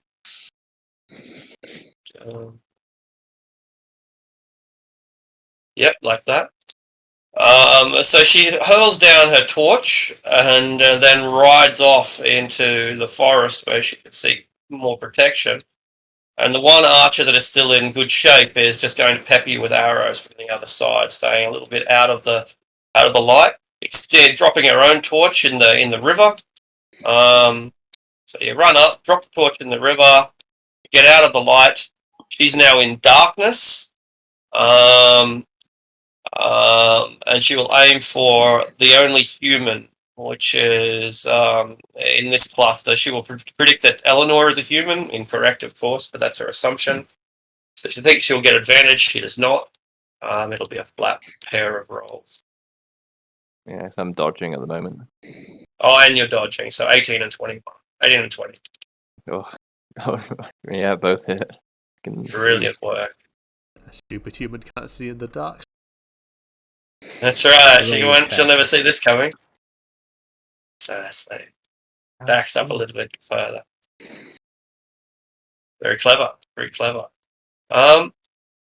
Okay. And it's at that point when a manticore appears in the sky from above us. Oh dear. No.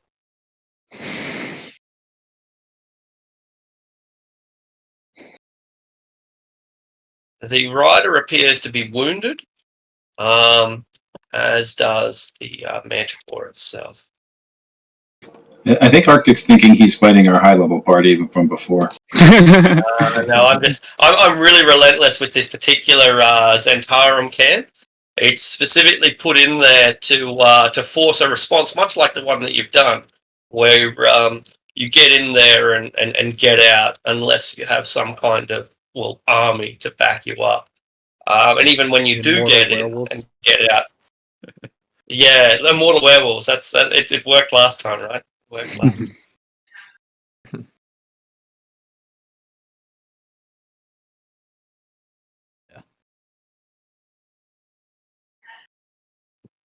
Okay, Artisan. He is 60 feet up in the air.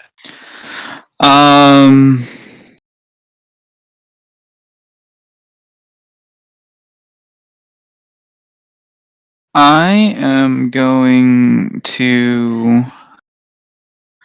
take cover and do the dodge action. So.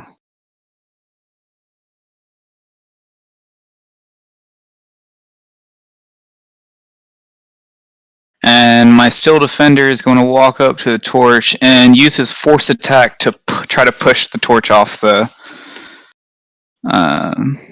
thing. Just pushed into the river. Yeah, to push it into the river. Yeah, sure. All right. We are now cast in darkness. And then he is also going to retreat to his master.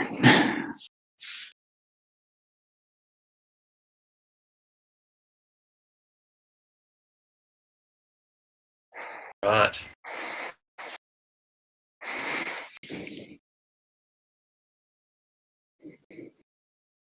Alioun. Kind of sad that no one wants to come and fight me. I'm gonna blast the wizard with the Eldritch Blast. Hey. You alone can see. That's a perfect strike. That was on the last. That was unfortunate. Very That was on the last scout. On the wizard. That was on the wizard. All right. No, I'm coming under sustained attack.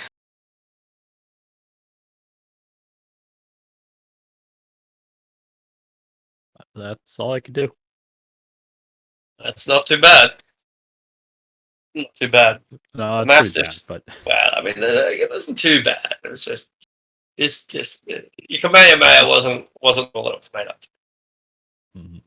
Mastiffs are dead, Lady Eleanor. Alright, well,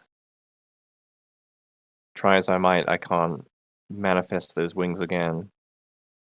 So, I put my faith in the party. I've blessed them, and now I will move back, so that if we get blasted, I can pick up anybody who goes down.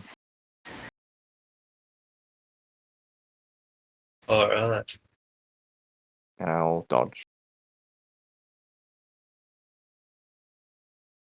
No worries.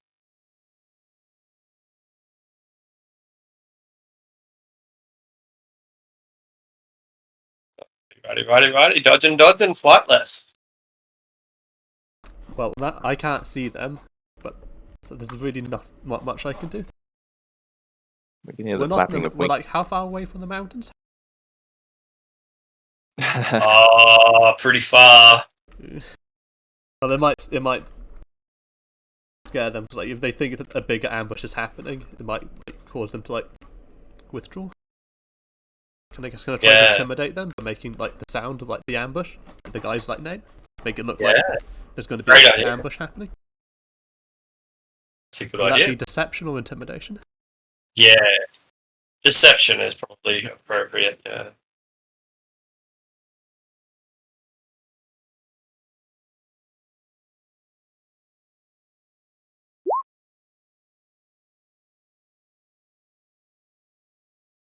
All right, insight check. I will use my inspiration. Good idea. That's in. There we go, 20. Wouldn't it be? Ah! You fools! Now I have uncovered your major camp! This was my plan all along! And I will move further back and bonus action hide. Nothing that a scout can do. She can't see anything. And so she takes the dodge action. Harazu the Slain is secretly, well, not so secretly, afraid of what he has found, pretending that he is enthusiastic about finding a war camp, but actually deeply fearing it. So he instinctively tosses a fireball down to where people were, namely at the foot of the bridge. Boom. Be right back. And then flies up. And then flies Guys, up. where'd you go? Kaboom. Bless is still How's up, right? that? Yeah, bless is still It up, is. Okay. Beautiful. You survived the fireball. Vaporizes a lot of the water. 11 minus 5. 6 damage. You said it vaporized the wood? Yeah. It'd blow the bridge to pieces. It'd vaporize a lot of the water that's in the river, like just turn it to mist momentarily.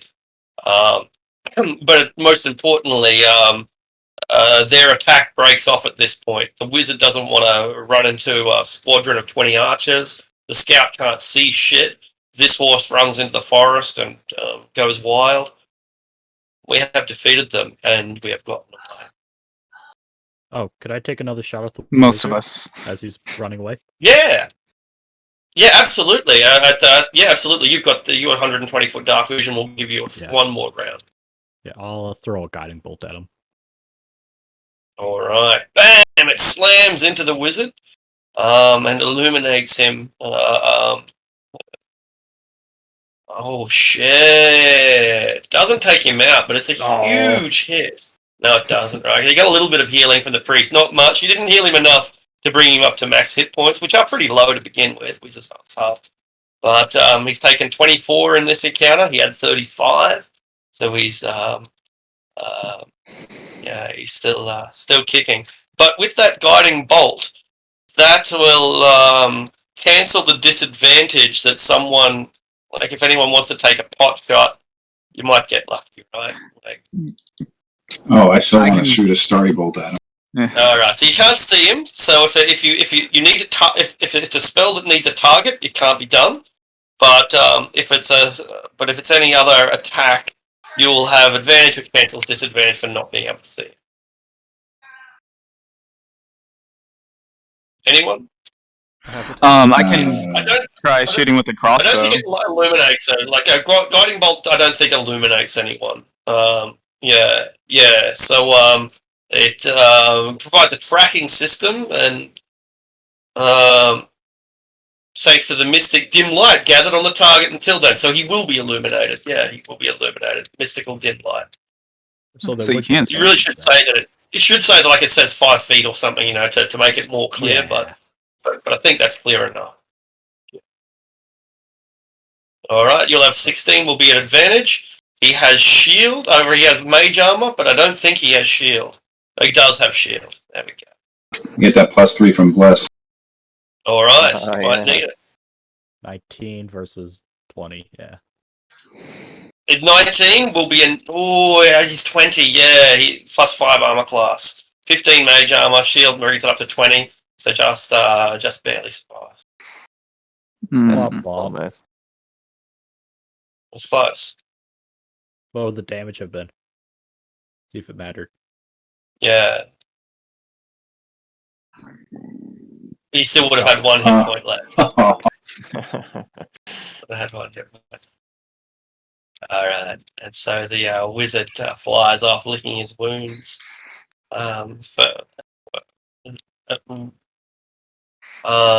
roundingly defeated. Soundingly defeated. I think that's the word. Still defender killing the dog. I didn't see that. Does Mara try to assassinate him when he gets back to camp? That would be awesome. Yeah, just as he's coming in, like, oh, finally, just gets sniped right out of his seat. That would be We funny, shall but see. I gotta see what the thing is like at the camp. yeah, I'm curious to see that as well. Because we've been gone for like an hour or two. while they've Alright, been so hunting us. we've scared away our trackers, so we should be fairly safe, I'm assuming. Yeah, we killed the Can only dogs.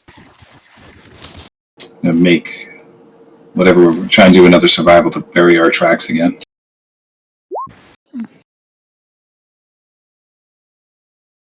I was going to try to do a guidance on you for that.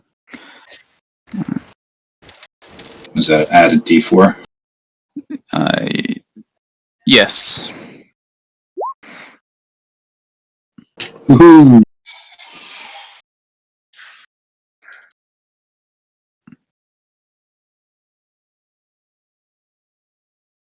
Hey, sometimes that one is all you need. Oh, I know.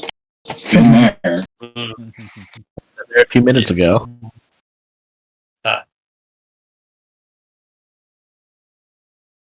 All right. So we were level 3, right? We are level Yep. 3. Yes. Excellent. Yeah. Where to from here?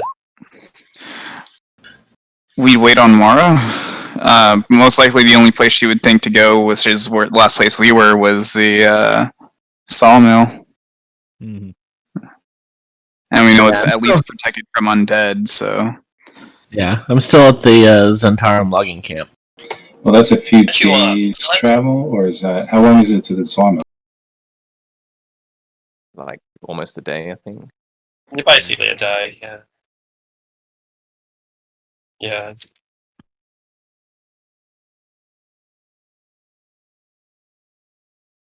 All right.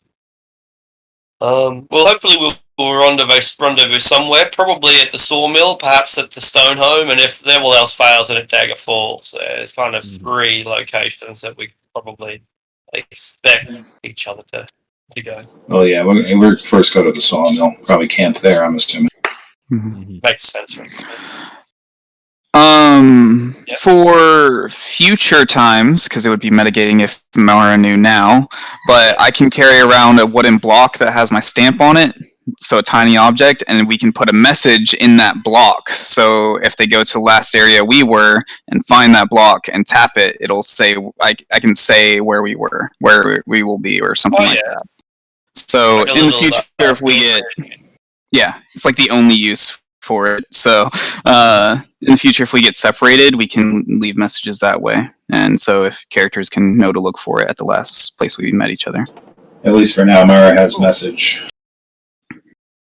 That's Yeah, 120. I mean, I gotta so. see you, but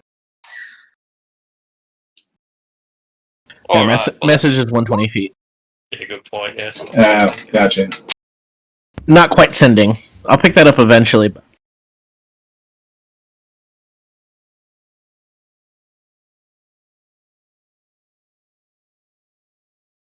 All right. So Mara, it's the middle of the night. The scouts are preparing to pursue the quarry. A few guards are stationed on you, not veterans, just regular guards. They put 10 guards on the 45 or 50 slaves, so it's pretty heavy roll since it's entirely possible that whoever came for these guards is going to come back again. So yeah, you're under armed watch. 10 relatively incompetent, relatively green guards. Probably not. None of them are more than about 22 years old. And the camp is mobilizing. The wizard takes his orders from the priest. It seems that they have a bit of a fight. The wizard tries to pretend that he has just as much authority as she does, and he doesn't. And she soon puts him in his place and gives him his orders, and he's forced to follow them. The Mastiffs and the Scouts gather up. They leave a couple of Scouts here just in case to watch the perimeter, but more than half of their cavalry force is sent after the party. And so that's the situation you've got now. There's a couple of hours before daylight. Most of the slaves are wide awake now from adrenaline, though some of them can't help themselves and pass out. 10 guards, another 30 or 40 or so within the camp itself. What did we do? Shit, I wasn't counting on that many. Guards, yeah, there's like I'll take us back to the map, and it's a big force.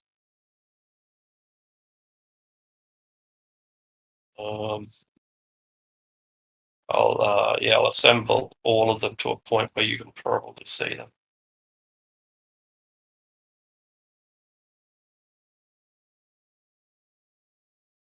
Gotcha. So they're all on high alert right now. Yeah. Oh, absolutely. Yeah, red alert. Yeah. And of which, and there's 10 of them that are directly watching. Not some. I mean, they're watching the slaves, but not watching the slaves to escape. They're watching people come and rescue the slaves. I don't think the slaves have the capability of escaping. So instead, they're looking into the jungle and the trees and waiting for someone to burst out of it or arrows to start flying from it. They're scared. They feel outmatched.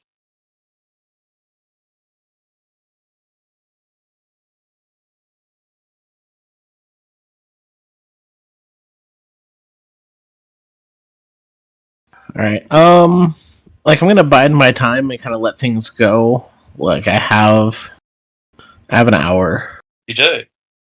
And an hour later, the scouts are gone, well and truly. The scouts are gone, the mastiffs are gone. You're still being watched by 10 dudes. The veterans go and meet with the Inquisitor, with the priestess. They go back into the main meeting hall. You probably can't see exactly what's going on, but she dismounts, puts her wyvern back in. The wyvern's probably going to stay on patrol itself, actually, high in the sky, do some circling. But she goes into the meeting hall to discuss this incursion with her lieutenants.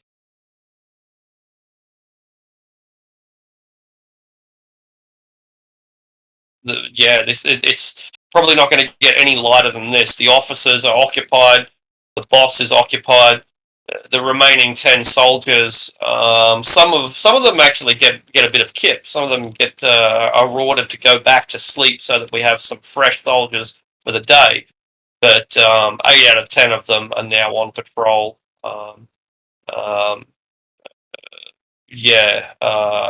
Most of them staying close to the officers' quarters, but as mentioned, a handful of them directly watching you and yours.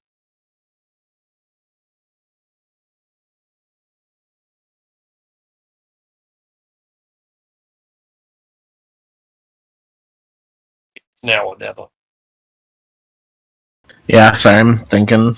No. I shouldn't be trying to rush it. I'm not. In fact, I was worried that my headset had stopped working. I just wanted to make sure. Yeah.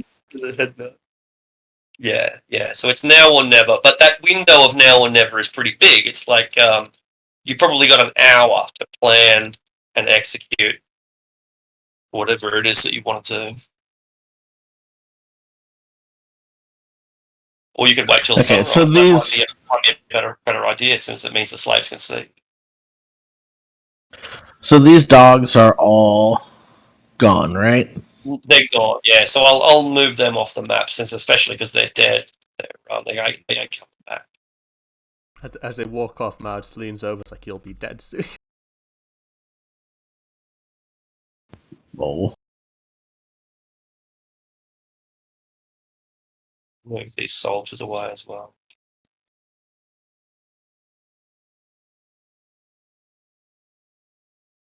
Yeah, this is not exactly an accurate representation of the map, but I think that you understand it.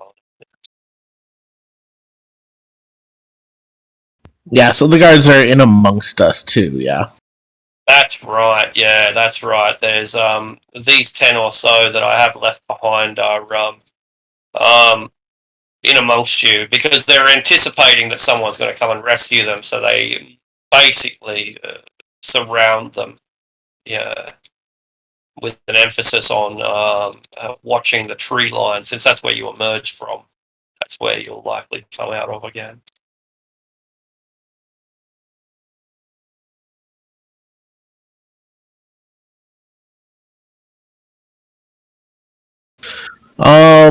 During that time, like I'll be kind of more huddled up with them, and I will minor illusion the sound of a branch breaking, kind of not like 30 feet up this way. I can't click off the map, but and see how jumpy they are. Absolutely.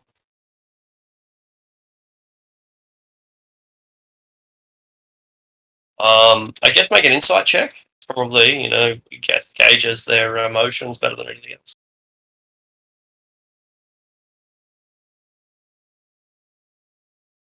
And they're pretty terrified. This is their first combat operation for some of them, and it's supernatural. This strike force that hit us was efficient. They ghosted and they disappeared. Do you reckon the scouts will come back? Yeah, of course they will. Maybe, maybe not. They are frightened, inexperienced and frightened, distracted, but alert in spite of their distraction. Panicked, perhaps.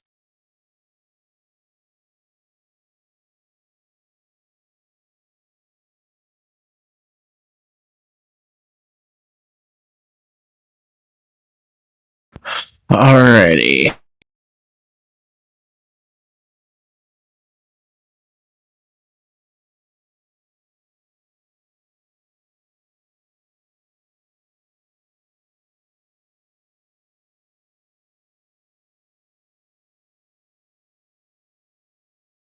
And they're looking at us as well, not just the woods, right? Looking at you, yeah, inadvertently. Like occasionally they'll look down if a woman makes too much noise and growl. I've got to go to the toilet. You sit where you are, woman, and just their attention is elsewhere. But that's not to say that you're still in the corner of their eye at all times, and there's enough of them that they can look in 10 different directions at once.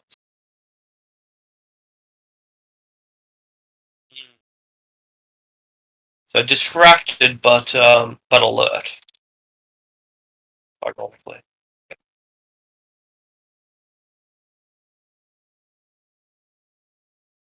Well, shit.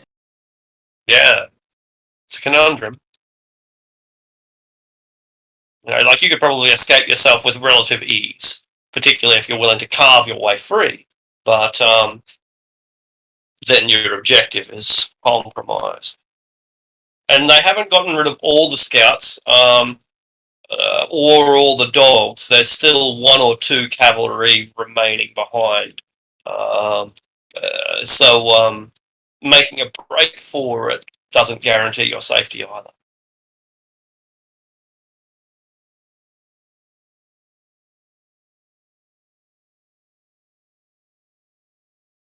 Damn, I wish I took a different background. Oh well. Or sub race of tiefling. Come in handy right now. Mm.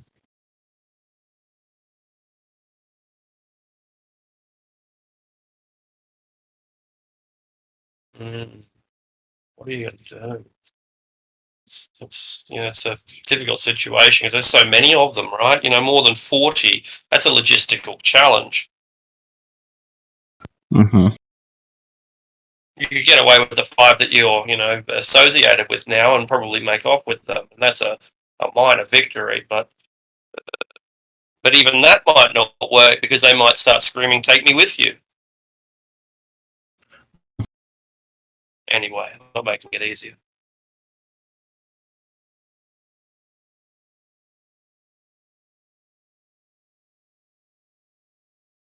It's been a great battle, though. It's been a great scene. I've really enjoyed this particular adventure, this particular encounter. like I said, it was designed not to just be a D&D adventure where we walk in, find monsters that are roughly our challenge rating, and wipe them all out and take their stuff. It was meant to be something quite different, and it has been. Hmm. What happened last time we fought these guys? Did we inadvertently We kill brought, all the officers first? We brought like werebears and werewolves and satyrs and shit. Yeah, we had allies. Yeah. It's huge army. And Yeah. I think we were over 5th level, so a lot of these jump guards were Yeah. easy to just explode.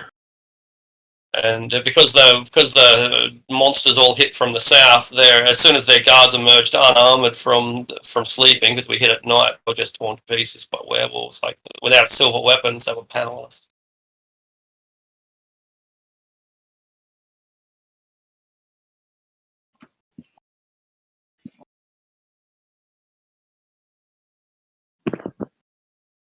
I'm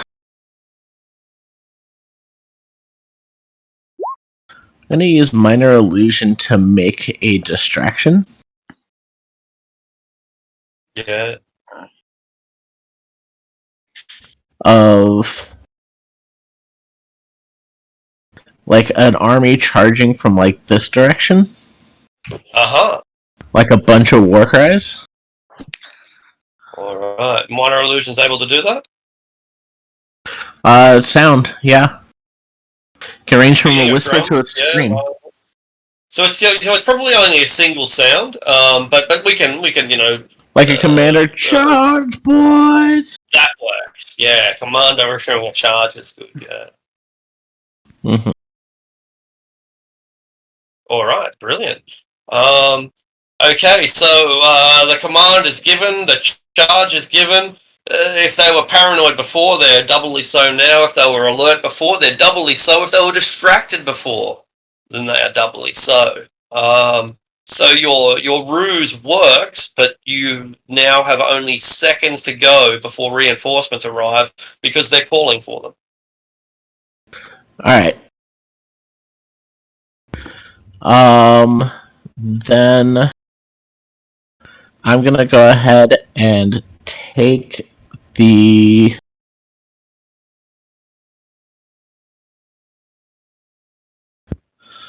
I'm gonna take the hide action. Or actually, first off, Yeah. is this guy looking my direction at all? None of them are at the moment. They're all looking at the charge. Alright, I will then disguise myself to look like one of them and start heading like I'm one of them to get ready to fight. But slowly make my way over, if that makes sense.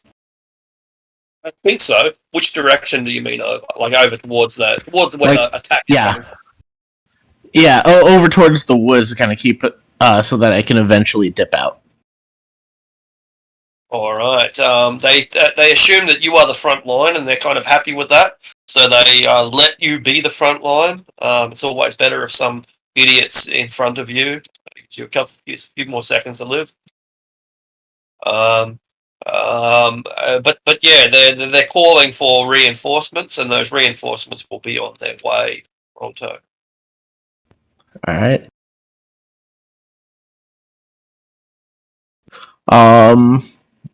And so I will try to continue using the distraction to kind of move and then take the hide action in the woods.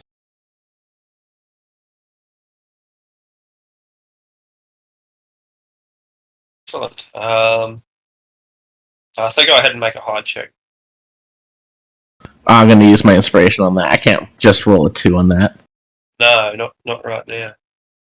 Oh my You're god. right, you can nat it. Nat 1. Rogero, what are you doing? Where are you going? Why are you behaving like that? Come back here, Rogero. Have the I thought I fairy saw stick in your something. mind. But they call you back.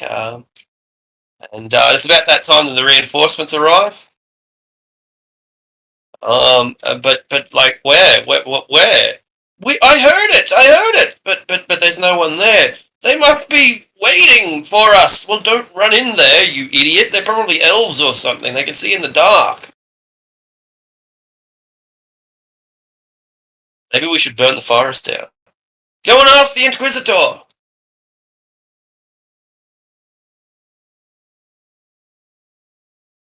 Well, go on, Rogero. Go and ask the Inquisitor. Okay. So,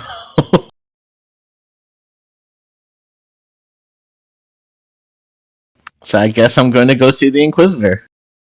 All right.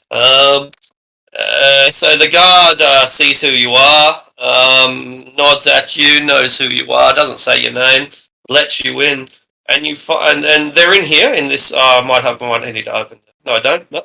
So they're down in here in this main big building. That's this is the room that smells like. Oh, okay. Yeah, they're down here at the table, and you will see a collection of notes scrawled all over the table, maps and notes, maps of the Daggerdale region.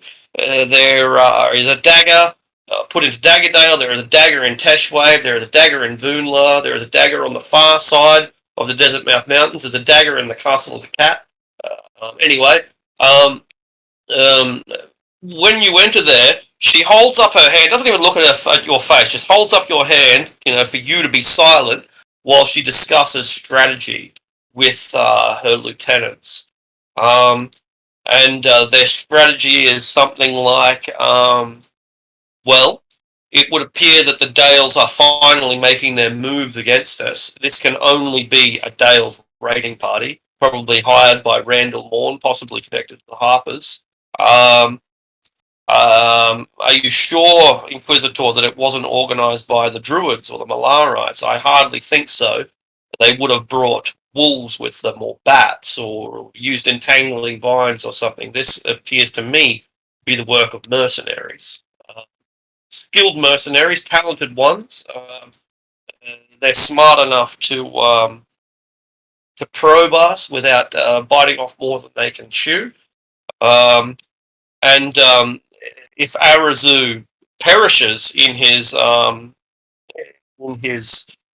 enthusiasm, then I would not be entirely surprised. I expect Arazu, the wizard, to return, but if he, but it may be that this warband is competent enough to shoot him from out of the sky, and we will have to raise him from the dead again, she says. Anyway, by the time she's finished talking, which takes quite a long time, is it in here? You're able to look over the notes that she has written, and I'm just trying to find them now. There it is, the Theodoran Inquiry. So she talks for a good 20 minutes before even letting you get your word in it. And among that time, you're able to read the notes that she has laid down on the table. All right. So if you want to read that now, you can, or if you would like to answer her question, what is it? You can. I will say Did I hear any names of the other guards during my hour there? Yeah, no doubt. Yeah, Garth and Amaro. I will say Garth thought he heard a force attacking and called for reinforcements, and now they're asking your advice as to what to do, and they want to burn down the woods. Totally gonna throw him under the bus.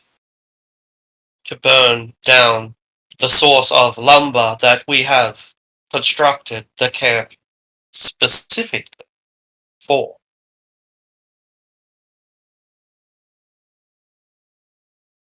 No, we shall not burn down our lumber source tonight.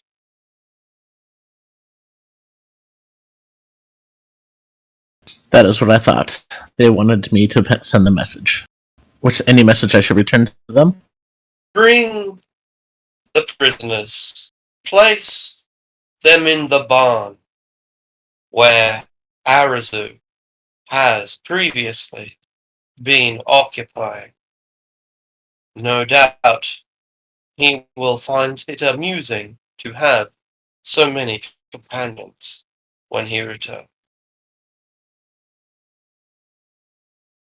All right, I will return with the message.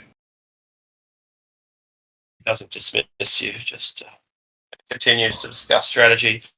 So we could assassinate Randall Morn, but that is the clearest declaration of war we could imagine, and thus I think, personally, that we would be better off waiting until Hillsfar has fallen, which should take no more than 1 month. And lieutenants seem to agree, or at least aren't brave enough to disagree.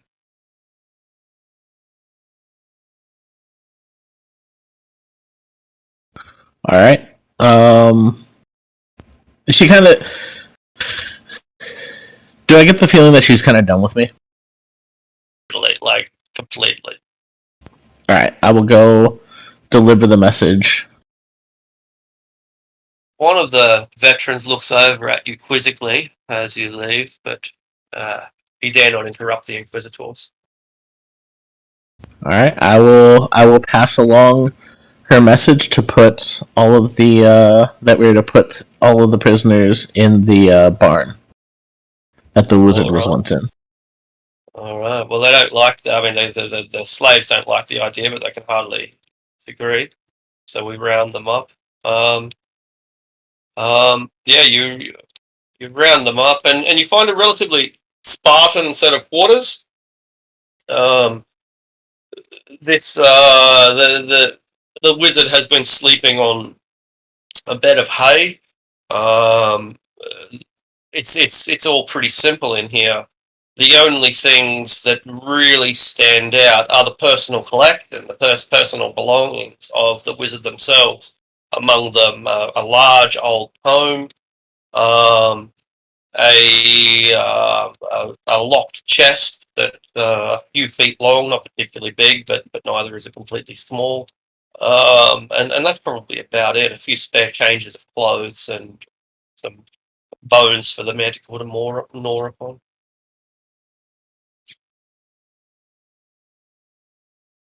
All right. So yeah, I'll be moving the prisoners in here. Yeah, they let you take care of it. Like they're so paranoid that that their job is to watch the line. It only takes one person to move 40 compliant people. You know. Mm-hmm. Mm.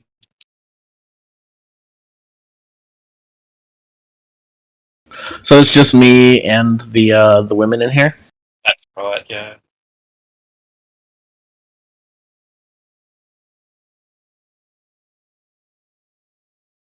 All right. So I'll move them all in here. At some point, I will try to grab the tome.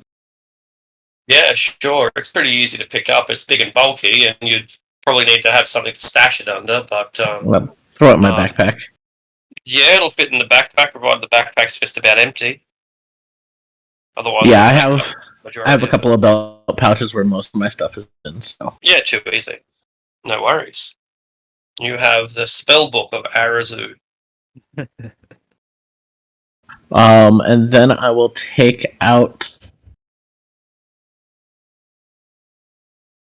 What's it called? I will take out oil. Yeah. And start spreading oil on the hay. The women freak out. Like they think they're going to be burned alive. So I hold my finger to my lips and then point to the window. Hopefully they get the idea.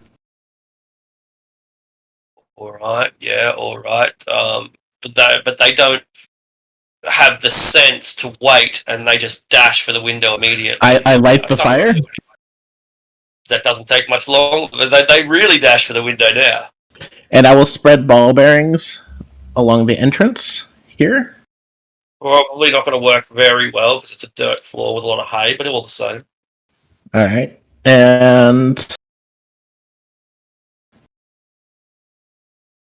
all right, so I will actually instead I'll partially close the door, and along the top of the door I will put the jars of carrion crawler mucus I have. That's a So good it'll fall on whoever opens the door. I forgot I had that. Yeah, no And worries. Cool. yep, so I will go ahead and start yelling fire as the hay catches on fire, probably pretty quickly with the oil, Yeah.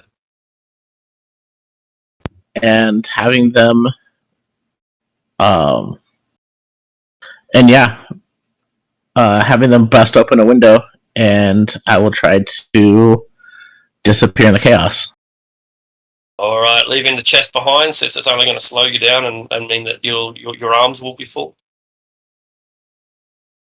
God, it's so tempting to grab the chest. Before I do the oil, can I unlock the chest? Try to unlock the chest.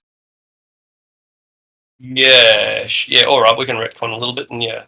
All right, sorry. Is that a bit of temptation? Yeah, no worries. Nope, I Exactly. can't get it open. Good lord. Yeah, and your lockpicks are bent, and probably you drop them, and they become literal needles in the haystack. You lose your thieves' tools.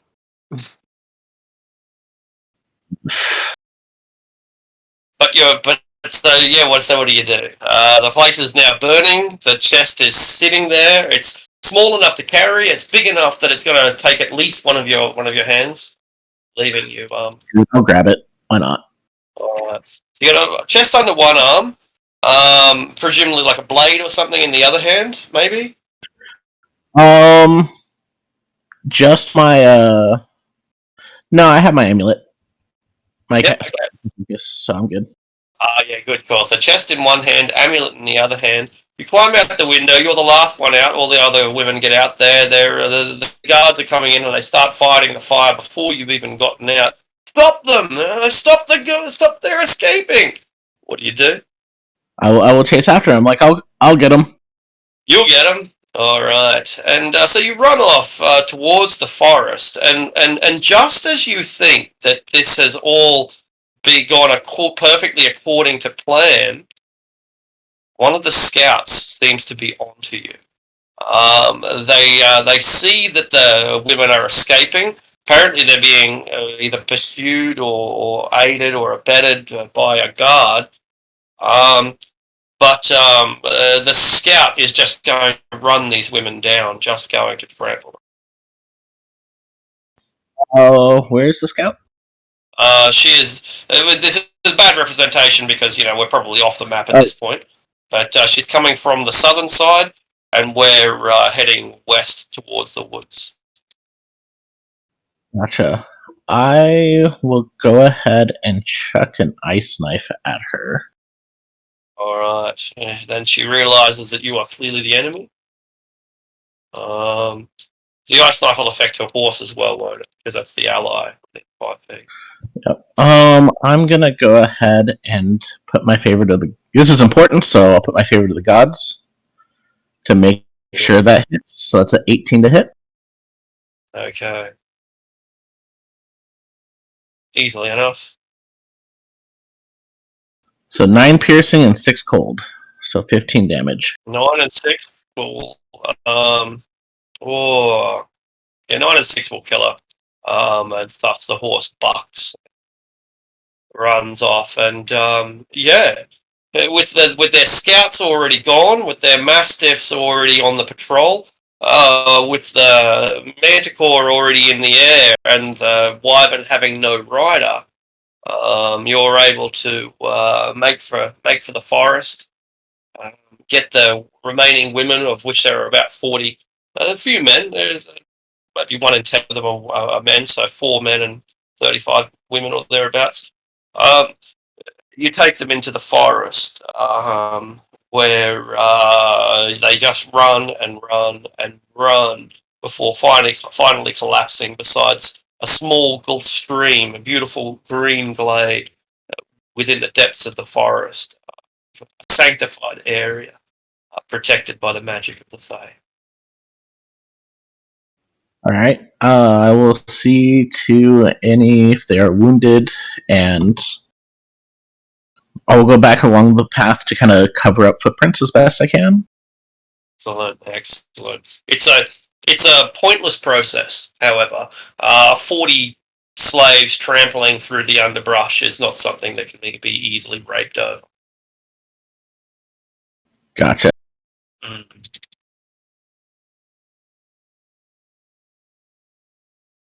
I will let them rest for a bit, but let them know that we need to keep moving. I understand. And so an hour or two's kip is all that they need. And by about 8 a.m., they've drunk from the stream. Some of them have bathed. And you're able to pick a location. Silkwood Sawmill, Stonehome, or Dagger Falls. Or the Shrine of Eldath, I suppose. My screen is completely... Oh, there we are. I was completely off the map.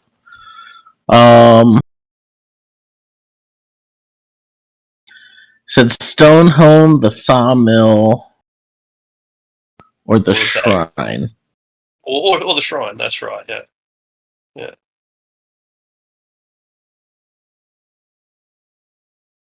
I'll head towards the Sawmill because I'm pretty sure that's where my allies were last heard. And I'm assuming that's a short rest as well.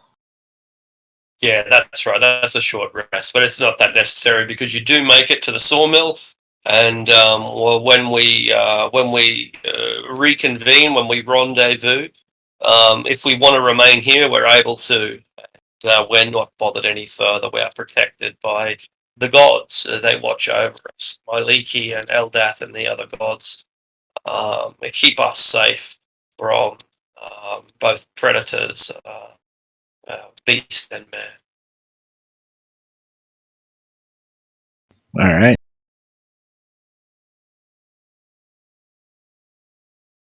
So we make it to the Sawmill, you said? You too. And that's where the rest of the party was, yeah. Yeah, I think That's where the rest of the party is. And when we open the chest, in addition to the wizard's personal effects, such as a purple robe, which would indicate that you are a member of the Zentarim's elite wizard force, and some wine and some food and some spell components and other sort of things that are kind of necessary for the business of being a wizard, you discover a series of jewels, of which one is a sapphire. Hey. Do we have identify? I do. And I do have a spell slot left, so I would be able to use it. Ritual caster. Very good. Oh, yeah. Do you have the pearl? The pill? Pearl? Pearl. The pearl? That's it. Pearl is needed for identify.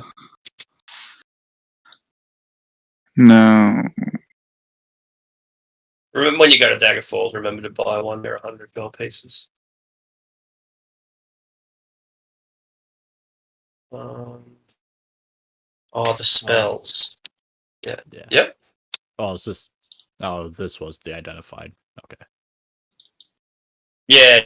I assumed that if we had to identify. If we don't, it doesn't really matter. But that's what a Sapphire of Stillwaters does. Okay, I will post the spells. But we don't have a wizard, do we? Nope. No. No, so our spellbook is a little bit pointless. It's expensive spellbook though.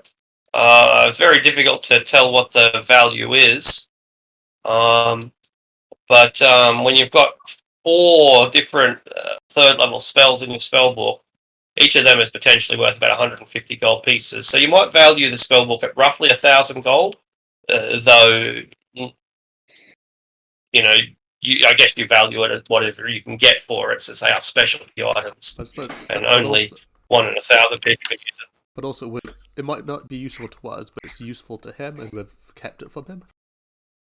So that in itself That's true has enough value. as well. Yeah. That's a really good point. Yeah. So he will likely have to now return to headquarters to get a new spell book, or just remain with whatever he already had I suppose memorized. this also damages his reputation. Like, those things aren't cheap. Yeah. That's another good point. Is that it's going to cost him 1,000 gold pieces or more to replace. To say nothing of the time involved, which would be considerable. Days, weeks. What a bitch. Imagine you're a monk, like working with one of those old Bibles in the 15th century. Someone steals it. Oh man, there goes 4 months worth of work. And they can't even read it. And they did ultimately fail to repel our failed to stop us from achieving our objective thanks to Mara. Exactly. So, I got lucky. Yeah. we managed to pull off an almost complete success.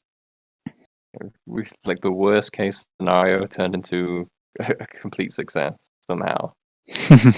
For now. Yeah. Yeah, not bad. Anyway, And we only pissed off a 6th or 7th level wizard. Yeah, Good So- job. sure. It'd be Pretty- fun. pretty lame wizard, really. Let's hope he doesn't get XP at the same rate that we do. This is a milestone. All right, now what do we do with That's Elizabeth a- Dean? That's a great question. Where do they want to go? I don't Back to speak Amarok. Badine. Yeah, that's right. We don't speak Badine, but that's where they want to go. So it's neither surprising nor hard to discover. Yeah. We could make a escort to simply like the road back there, but I don't know if we can go into Amarok. Why not?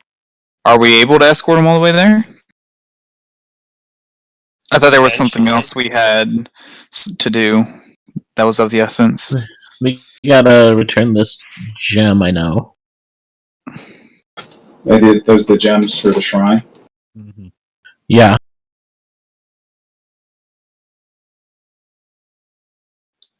Well, the one is not the moonstones and the aquamarines, but the Yeah, they're sapphire. all.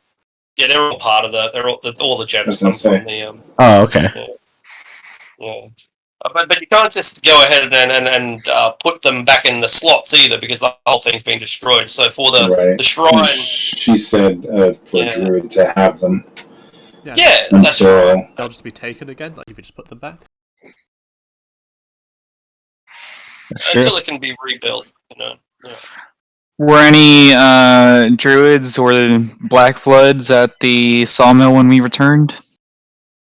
No, there's no one here. There are crows, so the crows can deliver messages, etc.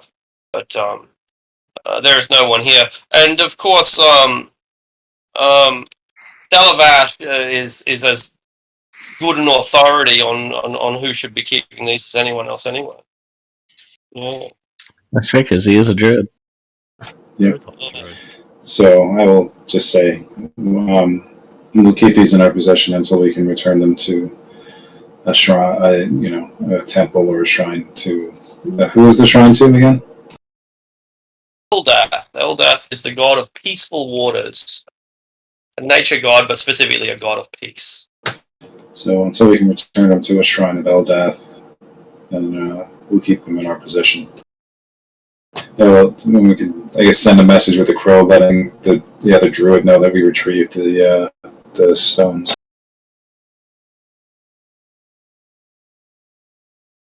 All right. So we send a sending message, or you mean through animal companion message? Yeah, the animal companion message. Yeah, exactly. Yeah. Yeah, sure. Yeah, brilliant. So you send the crows, and in that case, by the time the long rest is finished, Ace will fly in and rendezvous with you. Well, while we're having a long rest, I'll Yes. greet Mara with a hug, and I'll inform her that I'm very pleased to see that you managed to get away, and ask her how on earth she pulled off this great escape. Eh,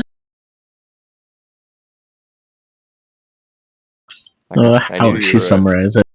I knew you were resourceful, but I didn't. I wasn't. To be perfectly honest, I didn't know if you could pull this off.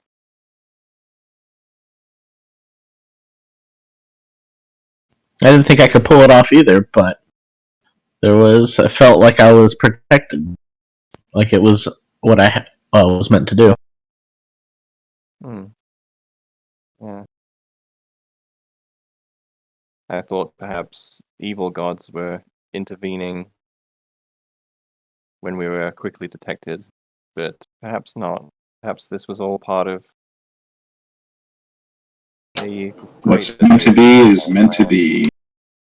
Maybe maybe there's more than just evil god work.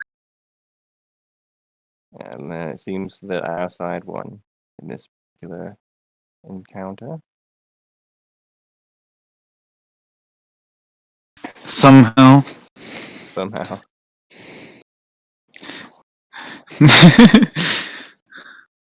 What was the logging camp? It was just supposed to be like an unbeatable thing, right? Or not No. unbeatable, but like not No. something you can do without a lot of firepower. It's something higher, designed for a higher level is what it was. Yeah, that's right. Like if you go in there with 4 fireballs, then you can wipe it out in 4 rounds. Right? I mean, not the Mhm. Manticore. The Manticore is still, and the Wyvern are still going to pose some pretty severe challenges. But if you're 6th level, then Yeah, if you're 5th or 6th level, like it's challenging. It's not impossible. yeah, Yeah. yeah. But that's the nature of this campaign, is that that it doesn't scale. Um, the challenges are what the challenges are, whether you're level 1 or level 20. It's like going to playing an RPG and going to an area that you're not high enough level for yet. Very much is like that. Yeah, yeah. But it was a task failed successfully. Yeah. Yeah. I mean, there'll probably be repercussions. Like they're not going to be happy that their slaves got stolen, their place got burnt. Like No. This we haven't. They lost a few dogs and a couple scouts. But they And the lost ogre. their ogre. Hmm.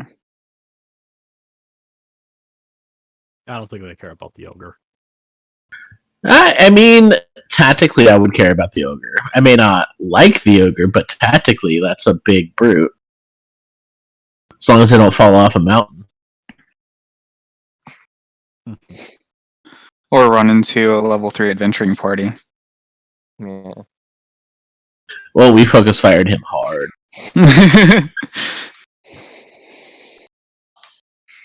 Whatever way you look at it, it was a success on our part. Our strategy played some part in that. Our willingness to retreat played a major part in that. And of course, Lady Luck shone her beautiful face as well. But regardless of the circumstances, we can take pride in what is conclusively a victory. I might bring up this again, since you may want to read it or may not, and probably didn't have time to earlier. Yep. No, I took note of that, and yeah, I was planning on reporting that back to what's her name? Yeah, I can't remember her name. Fairmere right. of the Purple Hills.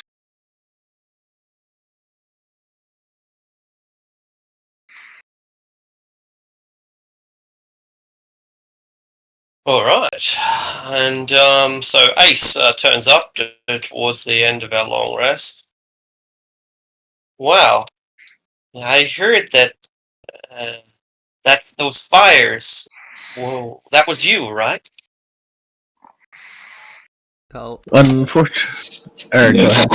you'd make the sound of like logging, and then in her voice you'll be like Zentarum. Yeah, we ran into a Zentarum camp. Our esteemed Mara released. We saved slaves from a Zentarum camp and retrieved the stones from the idol. Wow. I knew that you'd hit the camp, but I didn't know you got the stones as well. They were there? They were. The wizard had them in his personal stash. Of course he did. Can I see them? I'll bring them out, show them. Wow. They really are beautiful. Well, I think that I should maybe bring them to a temple of Eldath, so that they can see to be put in their proper place of worship. ain't any temples to Eldath, but we are having the Druid moot very soon, up here in the Border Forest. 7 circles, about 30 miles north of here. Hard to miss if you follow your heart. Perhaps you could come there. The moot has already begun, but it's gonna take a long time to get started. I think a few weeks. It's some people have to come a very long way, but in maybe 3 or 4, 5 or 6 weeks, the moot will be in full circle. If I'm sure that when you present these jewels to the moot, then they will take you seriously, and the threat of the Zentarum will be known to all. Then it shall be done. You're a good boy. Ace, do you have any way that we could possibly get these, and I'll motion to all of the Bedine, back to the desert? Do you know of a way we could get and stay off the road in case there is Zentarum patrolling it? Wow. Well, there's only one road, and that's over the mountains, and that road ends with Sandfort Shembril, a fortress, a camp that the Zentarum used to bring their slaves and all of their other goods in. You're probably better off going through the forest. I'm sure that Dalavash could navigate a way through the forest easily enough. He has the authority to tell the fairy to do what he says, because he's an ordained druid. But once you reach the desert of Anarok, that's when things are going to get really hard. I don't know how you're going to survive, or how they will.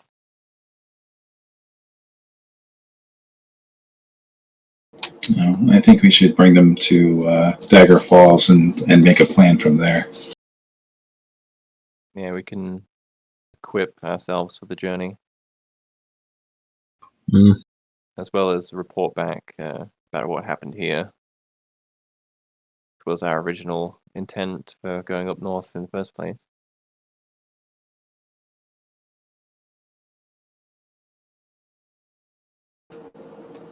Right. I think we did what we were supposed to do up here, right? We didn't have any more objectives up this way. No, I don't think so.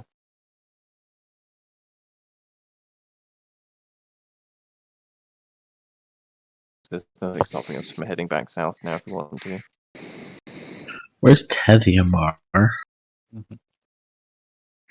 I'll show us on a big map. Oh, Tethiamar. Oh, here we go. It's on the western side, the Anarok side of the range. Gotcha. Okay, so they're mining and then bringing it there. Okay.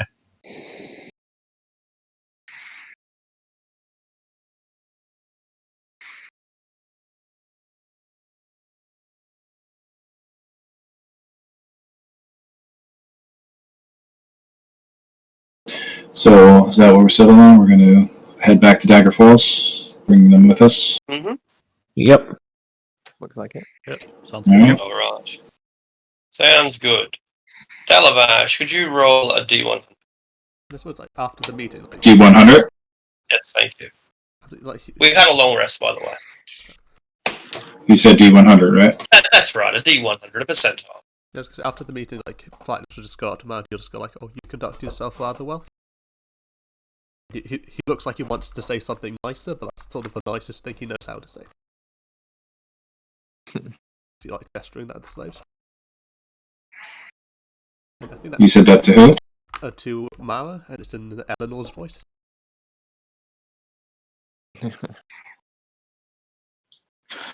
Is it? Thanks.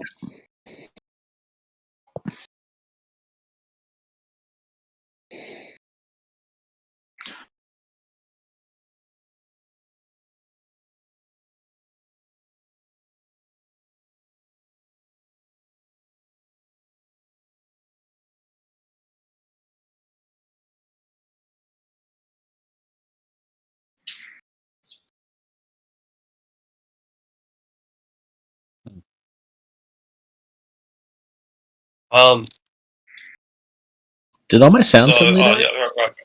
No, it was just very quiet. Yeah. And I was wondering why as well. So, Okay, cool. So, what do we travel during the night, or because like we by the time we finish our rest, it's about the middle of the night. So, do we travel through the forest or travel across the hills in the middle of the night, or do we just wait until the sun is shining? I mean, their hunt could As start again at any like- time. Yeah. What was the answer? I say we continue through the middle of the night. Is that what Uh-huh. you said, Carrick? It's basically he'd be eager to like move on because they could start hunting us at any like they could be hunting us right now. Yep. And it Yeah. suits Alioun all the time to travel at night. So. Yeah. All right. So during the night, we almost stumble straight into a well.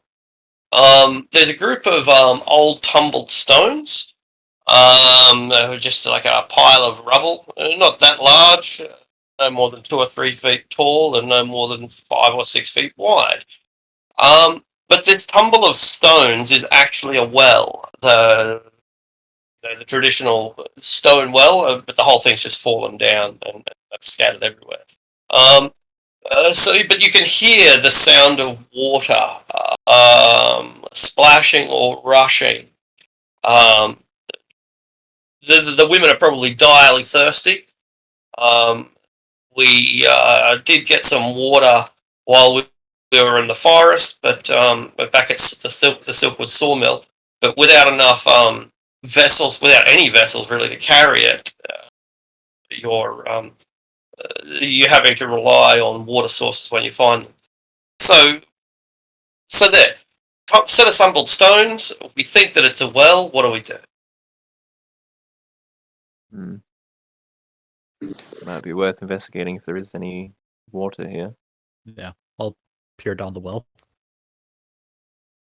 You peer down the well, and your dark vision is easily enough to penetrate the 30 or 40 feet of earth before reaching the 30 or 40 feet of water.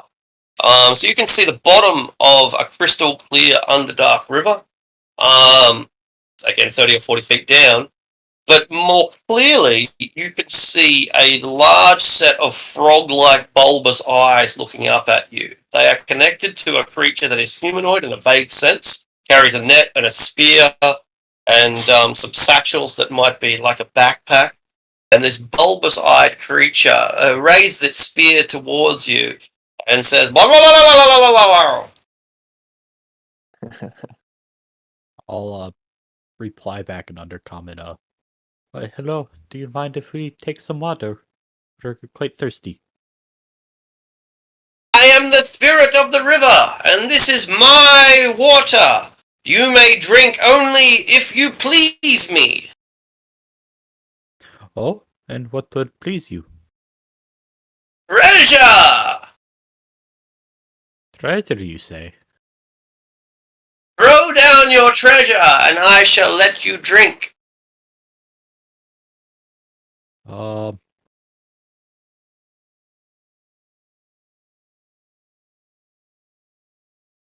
yeah, I'll throw down like a fistful of That's something. Some random flowers I found up here on the surface. As the flowers land on the surface, they start the water. They start floating away, and some start sinking. And this fish creature is desperate to catch each and every one of them, and it distracts it quite severely since they're going in all different directions. What do you do? Does that satisfy you? He's too busy catching flowers. You fool! They're going everywhere. Oh, do we have some kind of bucket? Maybe not. know. Got a water I skin. have an iron pot. There you go. That works. Tire. I got block and tackle. There we go. Lower that down. Try to scoop Excellent. up the water. Brilliant. And we are able to get enough water to satisfy our thirsty horde. Good. Can move on again. Pyro, a D100, please. Roger.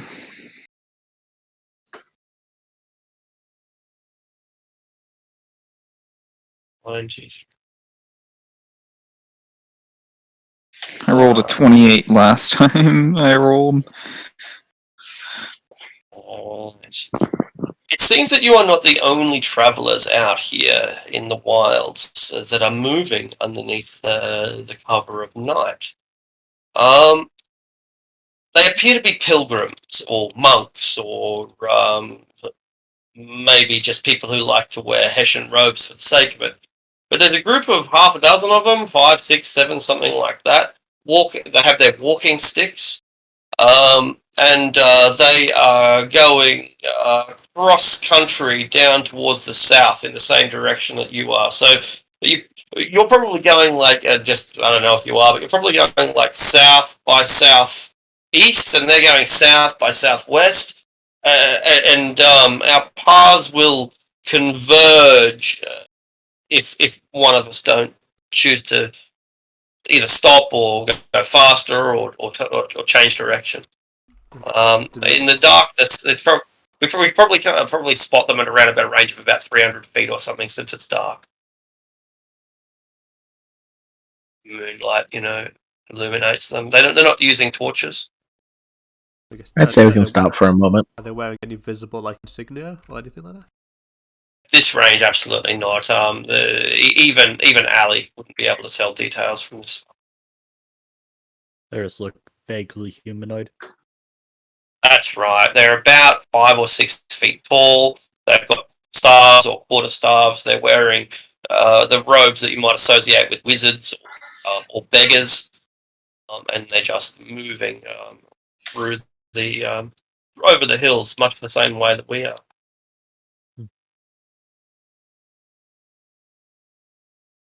Well, let's keep moving, I guess. Don't need to bother them. Sounds good to me. Yep, we got places to be. And 40 lives to take care of. Mm-hmm. Yeah. Exactly. Places to be and people to take there.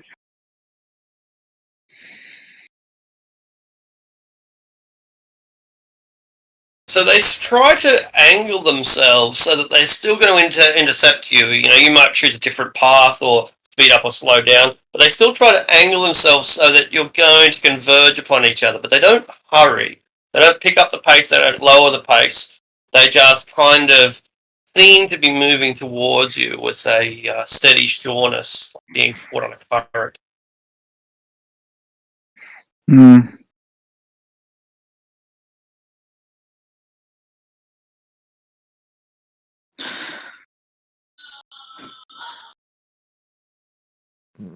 Perhaps we should stop for a moment then.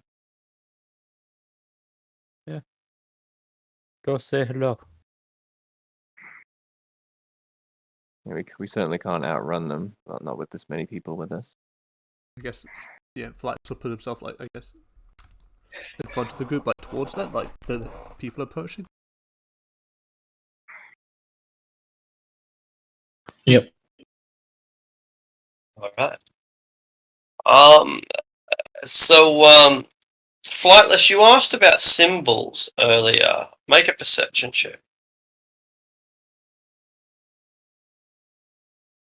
Is it disadvantaged because it's stacked? Yeah, I suppose it is, yeah. 15. 15 is good. They have Cobra, or at least the one of them has a Cobra amulet that appears to be made of bronze or copper or something. Would that be a religion or a history check? Yeah, either of those are fine. Yeah. Mm-hmm. Amulets tend to be religious, but historical things take Yeah, place. I'll But have a go. it's a symbol of Seth. Yep. Nope. You do not know. You think that it probably indicates that they eat snakes because that's what a crow would do if it saw a snake. Maybe. It's a symbol of Set. Set is a foreign god. He comes from Mulhoran, 1,000 miles away across the inner sea. Set is the rival to Horus and to Ra and to Osiris and some other gods. Mulhoran is interesting and weird because their gods are very physical. They live among them. They're pharaohs. They are ruled over their gods in a very literal sense. That demigods can be touched and met and openly worshipped. They live among them. That's right. Pretty sus. And Set is the most sus of them all. So they drove him out. Or at least they drove his worshippers out, and they've come to settle in the nearby town of Serpent Bridge, where they built the temple over the course of 20 years. It's taken them about 20 years to build the temple, but it's done now, and rather, it's done. It's here. It is a Serpent Bridge. It's done now, and they've been. They are the political force down at that town and have been for 2 decades. So that's who Set is. But by the time you recognise that, these figures are upon you.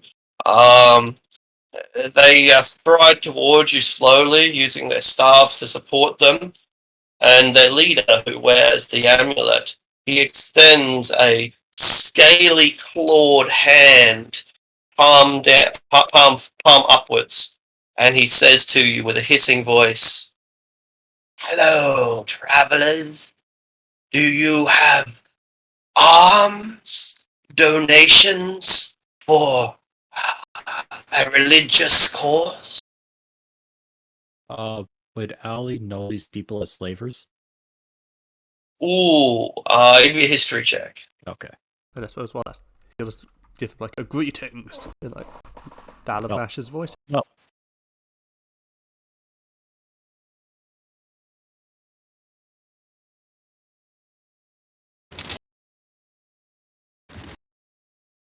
Yeah.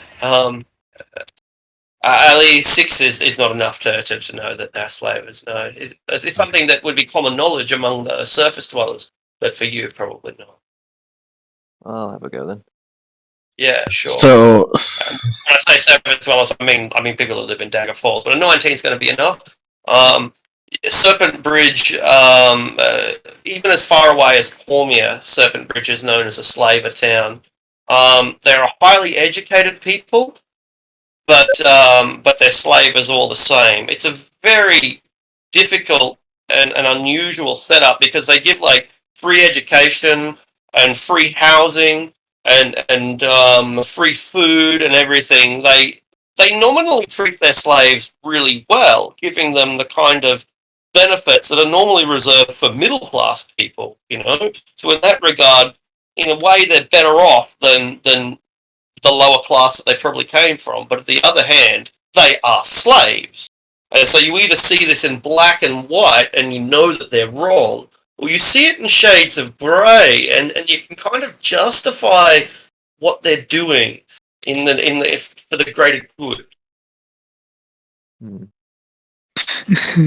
Slavery for the good, Arctic 2021. Well, like Egyptians enslaved people, right? And they built their entire economy off slaves. I know they had tradesmen, blah blah blah, but they did have a lot of slaves.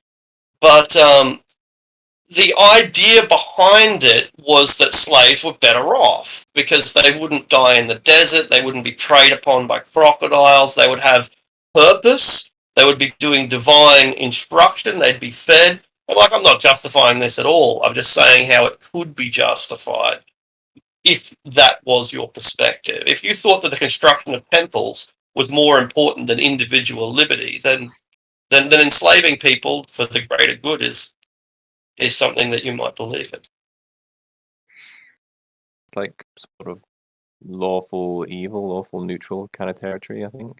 Honestly, it's really kind of lawful good in a way. It's just a very different perspective of what is good. It's a different priority. Lawful neutral is a better analogy. But if you genuinely believe that you are doing God's work by, intervening in someone, like, get off the drugs, get off whatever, come and live the life that I say that you should be living, devote your life completely to the temple, then it's involuntary and so it's therefore wrong. But I hope at least that you could see how some people could justify that as a good action. Yeah, it's quite similar to just normal living, like normal society, I guess. It's just that we aren't compelled to obey, but in a way we sort of are because we But you kind of are. to eat. That's right. You got to pay your taxes. In theory, you are free just to go out into the mountains and live in a cave. You're not, are you? Because like in Australia and New Zealand, you might be, but in America, you're not. It's illegal to harvest food for it. It's the same in Australia. Like you can't kill a kangaroo to eat it. That's illegal. Yes. You are forced into the society that we have built. Yeah, but you also have to argue how enforced is that in the middle of nowhere. That's a valid question. Yeah, yeah. But it is still, like you are still channeled to believe that societal norms are good, rather than good being like we tend to think of good being universal and unassailable and easy to define.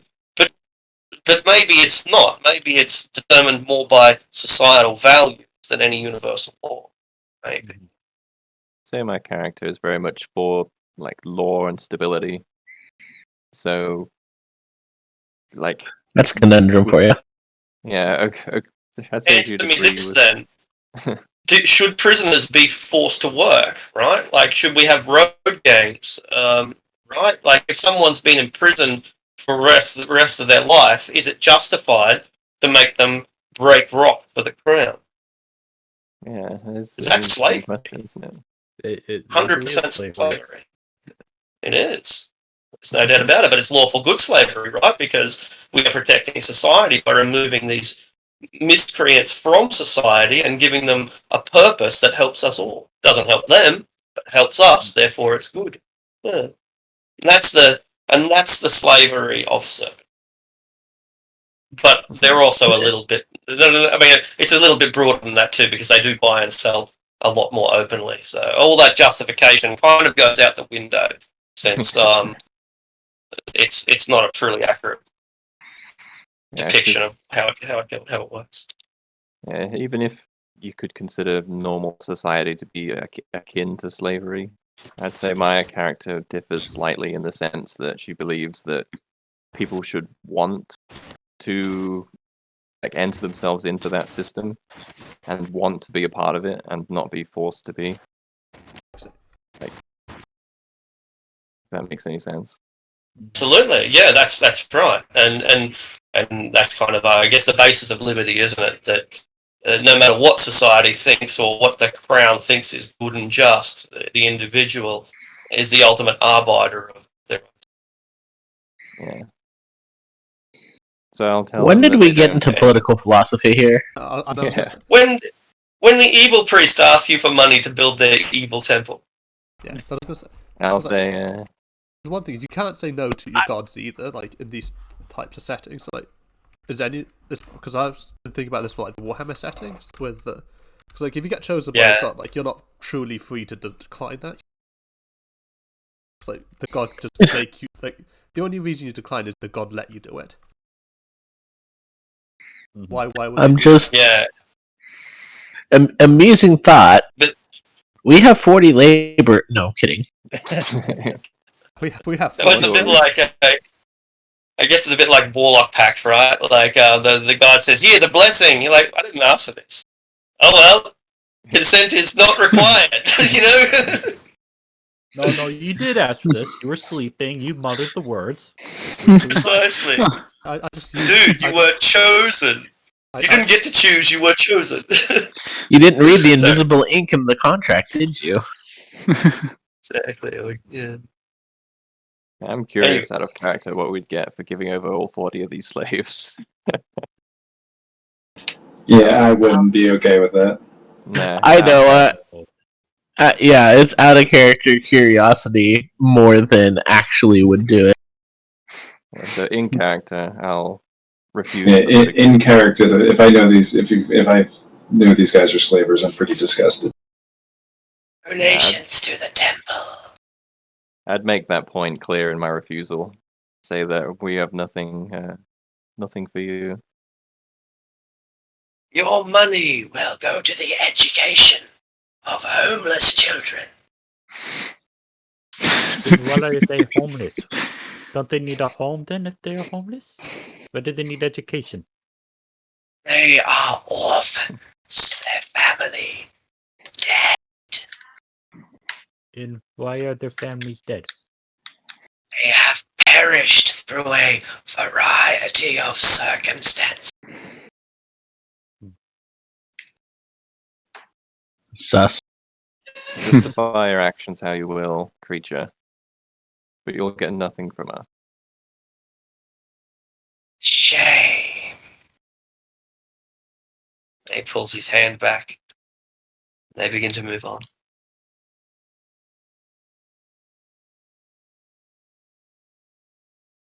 Hmm.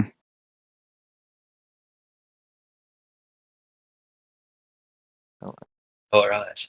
I guess we're gonna let. Do him. we stab them in the back? No. No. No, they didn't cause us harm. We may not agree with their philosophy, but they didn't cause us harm. Their god is different to ours. Why don't Surely we make that them justifies. slaves? What? We've spent all this time talking about the greater good, and you're telling me that you can't justify stabbing someone in the back because they worship a different god. I don't know. All right. So Greater in a good, different not one. holy war? Question mark.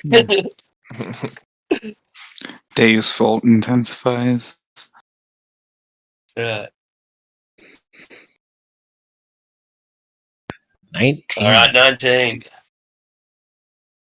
All right. About the time Oh, that jeez. dawn. Yeah, right. About the time that dawn comes, we are reaching the wall, right? And so we've reached the wall. The giant has already started to work on the wall. You might remember the giant. Brick and mortar, brick and mortar, brick. And he's in the couple of days we've been gone, like we've been gone 3 days or something, maybe only 1 day, I'm not sure. We've gone 2 or 3 days. And in that time he's extended this wall fucking 300 feet or more. It's an incredible amount of work for anyone, let alone for a single person. Incredible amount. Single giant. It's a single giant. Do we interact with the giant, or do we just let him do his job? I just wave as we pass. I'll wave as well. He waves, but he doesn't let the wave interrupt his work. He waves with a brick in his hand and puts it down again. It's hard at work. We'll let him be. Yep. Okay. On the other side of Got the a wall, job to do. down to... Exactly. And, yeah, that's right. Doing the work for the greater good. On the other side of the wall, do we stop it at Stonehome for any reason? Rest, maybe? Can How- 40 people live in, or however many people are in there, be there? Essentially, it's a 4-story building, and so, like, you could fit a couple on this level and a couple on that level. There's bugger all the way in furniture, but at least they're all... Maybe a How? Are we going to need to make camp before getting to Dagger Falls? It's a day's journey to Daggerfall, so you're likely going to have to stop somewhere. then this is probably a better place than others. Yeah, I was just thinking that. It's more defensible. It's Right. more. Yeah, it's a good place. Comes with a BFG, big friendly giant. Yeah, Can I get the Yeah, other alright. BFG? The big Awesome. effing gun? that's the one. You'd have to ask Artisan. He's gonna have to invent it, I think. We got that book. We got that arms and equipment guide. Yeah.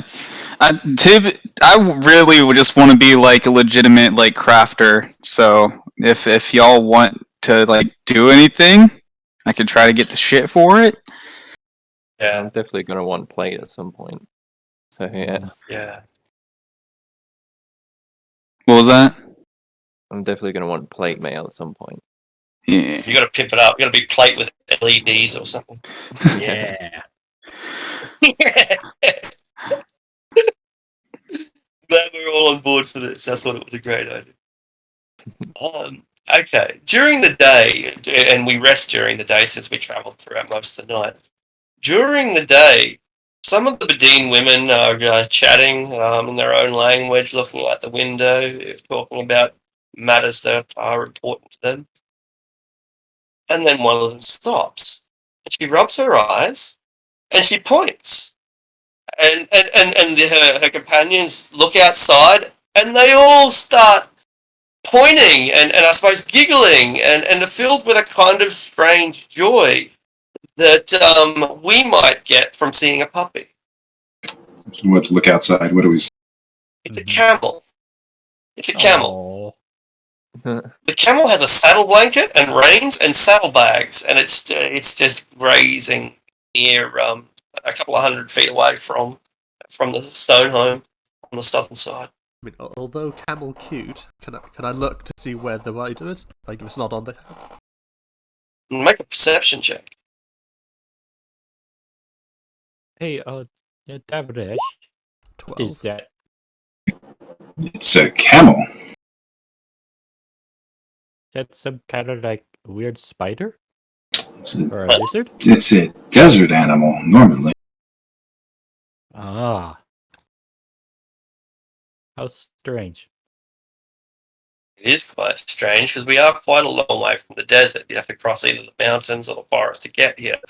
This camel has no rider, but you can see that it has a few bleeding wounds. Not terrible, but it looks like it's been lashed or cut or otherwise mildly injured.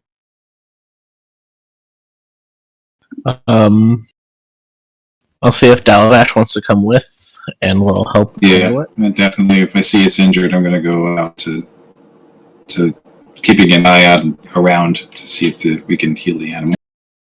Yeah, I'm gonna go as well just for in case they need. The animal doesn't seem to want your attention, right? It's got an arrow shaft sticking out of its rump. Now that we get closer, we can see that the wounds are perhaps a little more severe than we'd initially expected.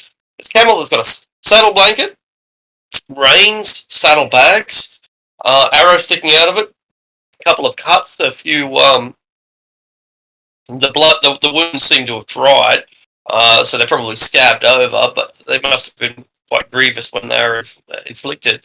But camels are friendly creatures at the best of times, and it doesn't seem to want anything to do with you. And yet, if it runs away, it's likely to hurt itself. You're going to be agitating the injury in its hindquarters. Can I try an animal handling to see if I can coax it into, like, letting me help it? Sure. Do you have anything to assist with that coax? Anything to what? Like a camel whistle or something. Do you have something that could reassure the camel? Yeah, or are you just just relying on your sparkling personality? I suppose if he's drawing if it looks like he's drawing a blank, he'll just cut a bit of grass and hand it to him. So it's like he doesn't. Camel's got plenty of grass already. Yeah, but Yeah, there's Like, it's not a bad idea, but there is so much grass that it doesn't help. I'll put a minor illusion of an apple in his hand. Calabash? I don't want to trick him. I don't want to piss him off when he gets no apple. What do I have? I will take out one of my, I guess, some food and try to, be very coaxing in trying to come closer to it. Or I will help as best I can. I was going to say slap a guidance before- on there. guidance could work, yeah. Guidance could help. Can I disguise myself take to a look like a man? Alright, well, you normally have disadvantage because it's injured, but that's cancelled out by all the things that you've done. And the total of 14 is enough to get the camel, if not to come to you, then at least to remain where it is while you come to it. All right, I will do a throw cure wounds at it. It spits on you, but then gets a kind of look in its face of confusion as the arrow pops out. I think it's kind of like I will grab the arrow and examine it. See if I can figure out who the arrow would have come from. Show it flightless as well. Yeah, alright. This would be easy enough to identify because the archers were using these arrows, the scouts. Yeah. Whether this is a Zentarum arrow or not is not answered, but it is the exact same type of arrow that the Zentarum would. I guess if I search the packs, is there any thing that identify the rider? Camel doesn't really like you searching through the pack, but it doesn't. Apart from spitting and maybe giving you a nip, causing a point of damage or something, it doesn't stop you. This guy is loaded. Fuck! This camel is rich. The camel has arrowheads that are made of silver, pure silver. It's got a whole bunch of pepper. It's even got frankincense, and that stuff is priceless. These saddlebags are expensive. Sorry? Is there any myrrh and gold as well? There is no myrrh, there is no gold, but there is frankincense. He's only one of the three wise men. There is silver. There's silver and frankincense. Silver, pepper, and frankincense. This is like the St. Thomas version or something. Happens a little bit different in his version. I guess can I try to figure out how long ago these injuries happened? Yeah, medicine check, I suppose. It's a lot of silver arrowheads. Yeah.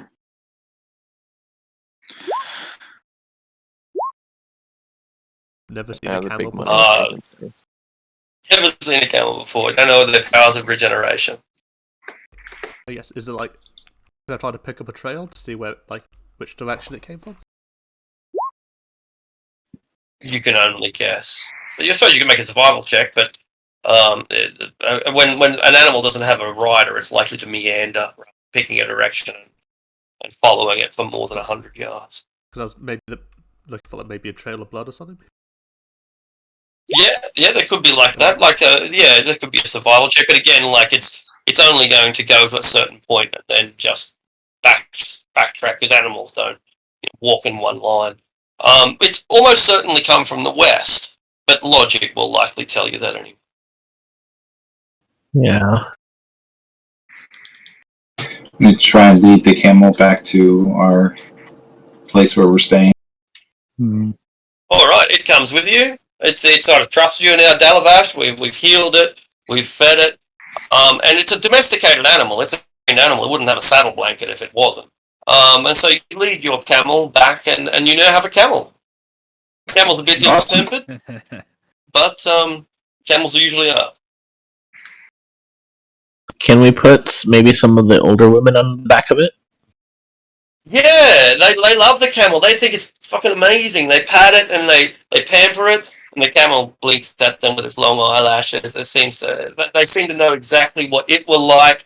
It seems to respond very well to them, and it really brings some familiarity and excitement to the girls' lives. This is something that they know. In a world gone mad, they can identify with a camel. It's a little bit of home from someone who's home. lost. Yeah. I'm just curious. Precisely. He'll just ask like, Precisely. he's like, "Do you know the suspect?" And then point at the camel. The suspect. It's one of his interrogation quotes. Okay.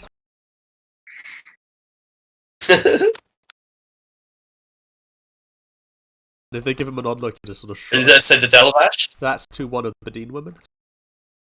Oh, right. Basically, And then she just Like, they do you don't actually know speak this camels? your language, but they don't recognise your words, and they just pat it and pat it and pat it again.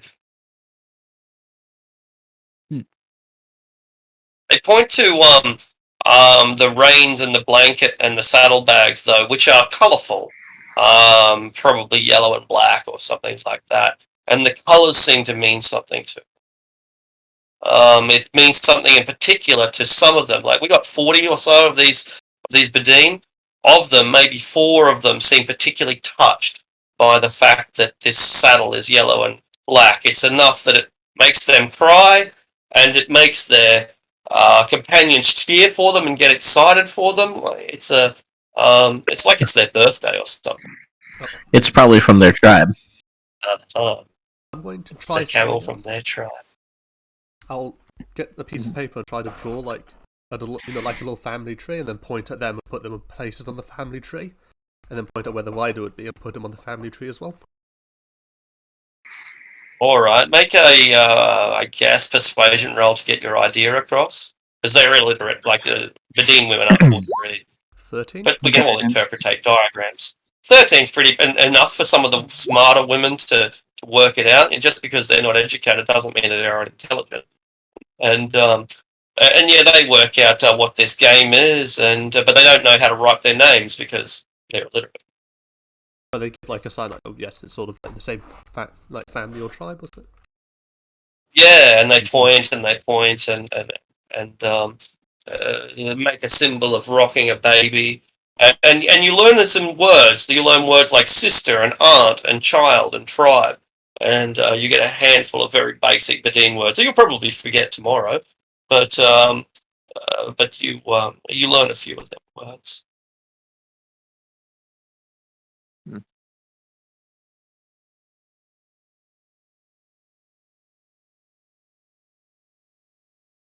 All right, we have camel. Camel are quiet. Apollo stuff it had into the party well. Mara, a D100, please. All right, here we go. 7. 7's pretty low.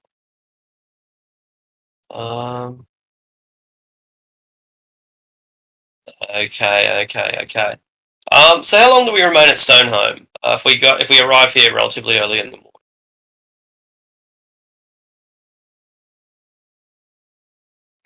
Probably enough for a long rest, don't we? Yeah. Head off in the late afternoon, just before sunset. Mm-hmm. Yeah. All right. I mean, I imagine Bedine would be used to that kind of travel, considering they would travel during when the sun's down. Yeah, that is true, and but they're also just used to doing what they're told, and so Well, there's that too. Because I think whatever you guys think is best, they do it. it'd be like Twilight and Dawn for like desert people, wouldn't it? They're cooperative people.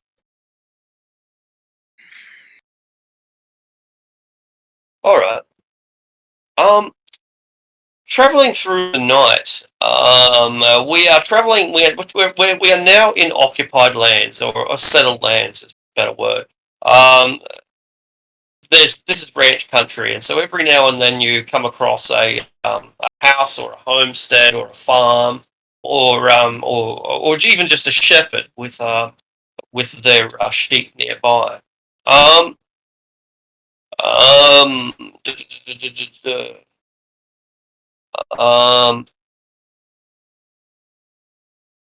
Do we want to stop at any of these houses, or are we going to give them as wide a berth as we can and just head to our destination?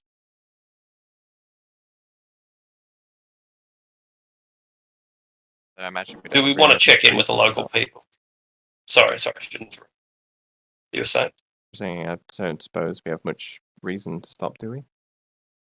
Not necessarily, no. Like, have we fed the women? Do we have enough food to? They haven't eaten for a day now. Yeah, that's true. Mm-hmm. I don't think we have enough rations between us to be able to hand out even a single meal to everyone. So Yeah, so right now, it would probably just be getting them there as fast as they can. I mean, I got, Well, there's a homestead here. They're a farm. They grow like food. So that's so it's an option. We don't have to. We don't have to stop here. We can mark them for another 12 hours if we want. But this is a farm. I suppose I've got 10 rations. I suppose one's for me, and I'll give 9 to like the 9 oldest ones. No, like the weakest ones. So like Sure. Yeah, sure. And they're all pretty. They're all pretty weak. They were left in a malnourished condition to begin with. So, but all the same, there are some that are healthier than others. I technically have 10 rations that I don't even need. I have 7 I Yeah, could yeah. hand out. All right, that gives them about half a ration each, which is enough to keep them going. They're only light people anyway. Yeah, yep. While the call is going, I'll separate and go to one of the houses and see if I can buy some food. All right. So you head up to one of the houses, and you find a house besieged by a lizard. There is a single blue-skinned lizard, and it is currently breaking statues of ducks and grinding them to dust with its big stony teeth. Um, there are people inside the house in the homestead. The lizard is obviously in the garden or the chicken shed where the ducks are, and the people are staying inside the house and just letting this reptile run rampant through their property. It's not running though; it's like a dormant crocodile just sitting there, smashing statues and eating.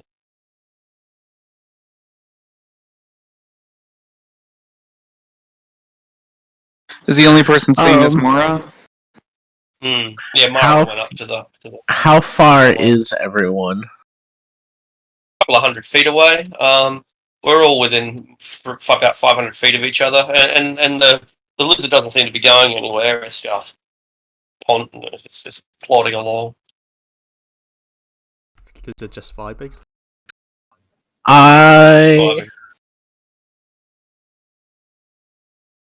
But it's like assaulting the house, right? Not assaulting the house. So there's people inside the house. The lizard is in the front yard, and it's destroying a bunch of statues that look like really realistic statues of ducks and ducklings and chickens and stuff like that. Oh, Smashing them one by one and grinding them with its stony jaw. Is it another basilisk? It's another basilisk. Some good money if we can kill it, but might turn one of us to stone. That's right. We have run into a basilisk before, haven't we? Yeah. We ran for a lair of one.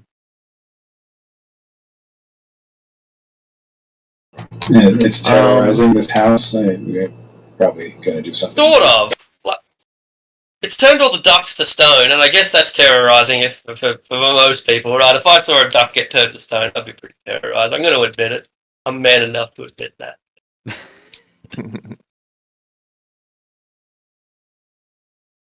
But the people seem safe.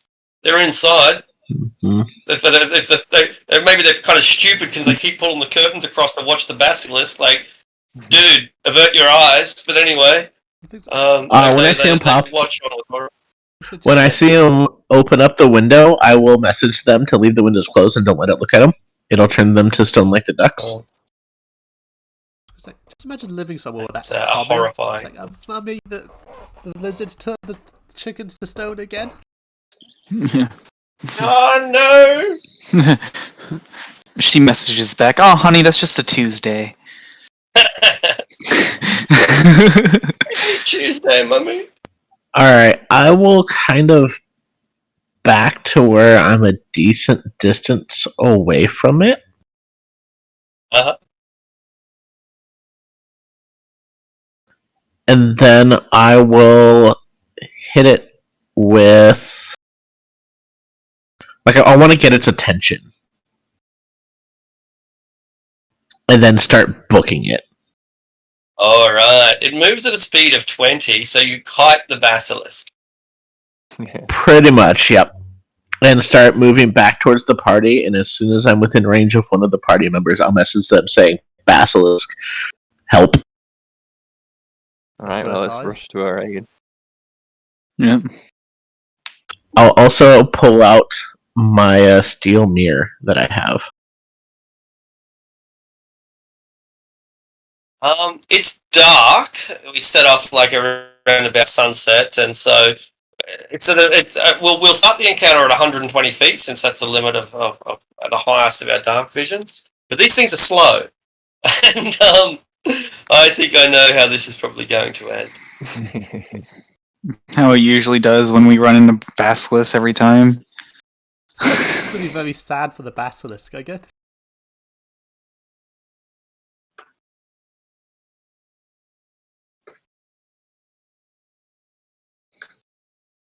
I guess. Look, how's that? Yeah, good work, Basilisk. It rolled a 2. It gets a -1.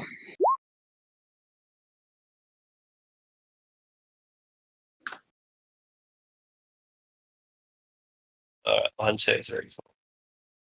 So the basilisk is 120 feet away when you can see it, Elliot.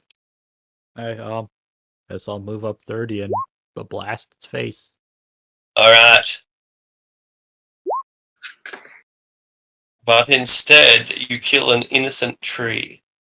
Oh, They know better than the Zentard.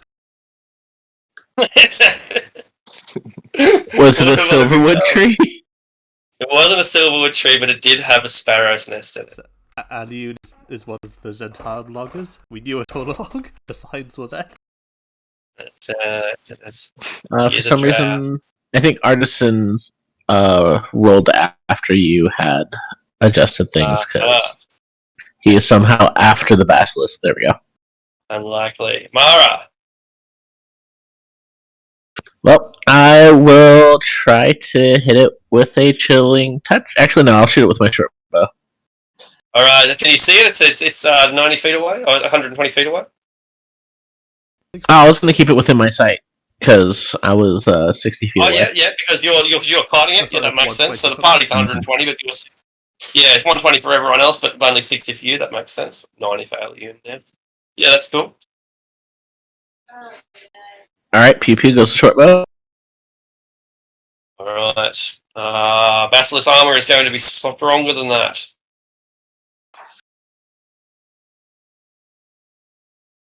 Dalabash, you hear the sound of a crocodile running towards us. It's dark out there, 120 feet, 40 meters away into the avert dark. my eyes first. But yeah. Alright. Then that would have been a disadvantage. Well, no. Afterwards, I will turn around and move like 5 feet. Oh, yeah? Oh, yeah, sure, no. But that's you can't really do that. The petrifying gaze works for the whole round or none of it. Oh, gotcha. All right, then I'll just back up like 20 feet. Yeah, sounds good. Dalabash, 120 feet away, somewhere out there is a crocodile crashing. Can we see it or no? No, Aliun can because she's got good dark vision, and Mara can because she's in front of us by 60 feet. She's coming towards us. I might arrange it. This is kind of what it looks like. Obviously, completely inaccurate, but this Like is Mara's backpedaling. Sort of how. Can I see Mara? Yes, you can see Mara. She's 60 feet away. right, I'm gonna get to Mara, and bonus action go into my starry form. Excellent.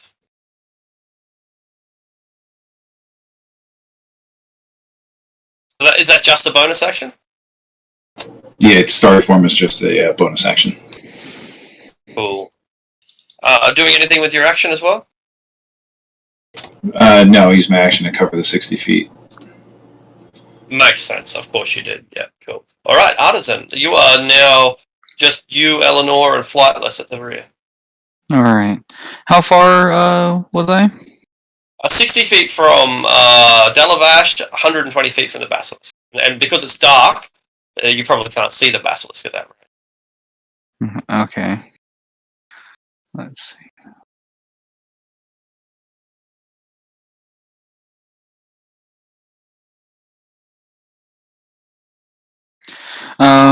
I guess I will go forward. I don't have my shield on right now, but I have my light crossbow out.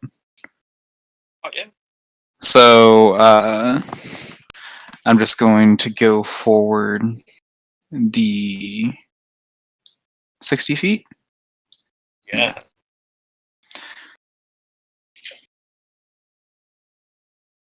All right.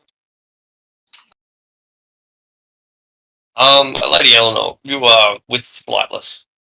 At the rear. I'll move up next to Mara and Dalavash, and then cast my gaze down. And All right. Flightless, you are all alone. I'll avert my gaze from it, and I will dash and bonus action dash like sort of 90 feet, so I end up like above it. Sounds good. And then The Basilisk. I'm going to get behind Yep. it, and then just start, so I can so it can't look at me while it's facing everyone else. Brilliant. The Basilisk charges 40 feet, doesn't even make it, even with a double charge. Elliot. So I moved 30. It moved 40, so I'm within 30 now? I think. Yeah, 20, that's right. It's Within 20. 20 from Mara now, I think. That's Yeah. correct. And Mara is 30 from Allian. Okay. Well, then I'll move up to Mara Yep. and blast it again. Done. Pew pew. That's going to be enough. But it's a minor deterrent for such a heavy-set creature, and it runs. Doesn't slow its momentum. And Though its I'll pull momentum up is my pretty slow to sword. begin with. Yeah, I'll pull up my sword and get ready for it to charge. Very good. The sword will probably be better against its armored flesh than the blast was. Mara, you're on the front line, 20 feet away from the charging basilisk, whose comical speed is, well, comical. All right. I'm gonna toll the dead on it. I just realized I forgot to set up a toll the dead thing on here. Well, give me a second. No worries.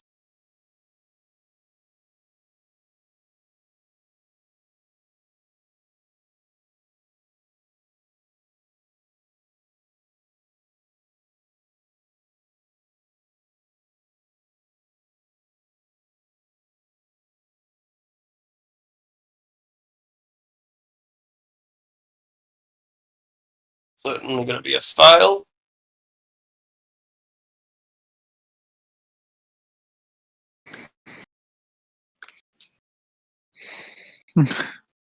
Go. Brutal. And it shocks the basilisk, it confuses the basilisk, and demoralizes it as well. All right. Dalavash. I will. Yep. Yep. You are 20 feet away, Dalavash. I can see it now, so I'm going to fairy fire it. Oh, wait. There's something I forgot, because Mara was within 30 feet. So a creature starts within 30 feet, and the two of you can see. Mara, you need to make a con save. That's I'm gonna favored by the gods to add 2d4 to that. all you need. All right. So the same thing happens to Delabash at the start of his And turn. I will move back Oh yeah, sure. Yeah. to the where I can barely, as far as to where I can barely see it, or like a full for 30 back, I should say. Worries. Delabash, you feel as the calcification tries to overtake you, your skin gets flaky and stony and brittle, but you fight off the magic petrify. You can have your turn now. I use my action to cast Fairy Fire on it. Excellent. Dex save.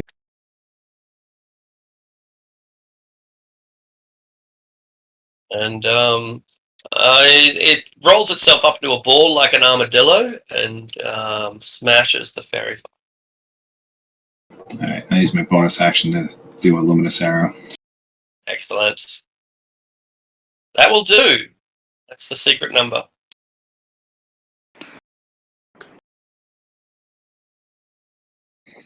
The basilisk is now pretty wounded. Yep, so you were saying, sir? I'm just gonna avert my eyes after that. That's my turn. Alright. Artisan. Alright. Did you catch up with everyone else? So you at the 30-foot mark? I am 40 feet away. Me and my defender. So that means my defender is at perfect distance, so walk right up to him and do a force attack after mine. So I am just going to try to hit him with a light crossbow. No. Fuck. Inspiration. It's the last roll of the day, pretty much. Can I do that?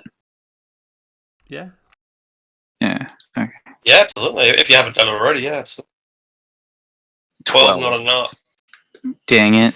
Okay. It's in flex, yeah, the bolt. And then that's going to run up and do a force and power in. Jesus Christ, I cannot hit. He's beside it now. I would have backed up 30 feet. Excellent. So you said you were 40 feet away. He can move 40, can't he? Still defender. Yes. I can so move he's 30, able- he can move 40. Yeah, good. So he's able to run into combat without triggering the petrifying gaze. Since it only happens at the start of the turn. Okay, good. Lady Eleanor, you're at 30 feet? Yeah, Or 20 I'll feet, start as the my case may turn be. Yep. by averting my eyes. Brilliant. You can't see it at all, but you can hear it. Yeah. I'll just sort of position myself between it and the party. Maybe I can't see it, but I can still be a living wall.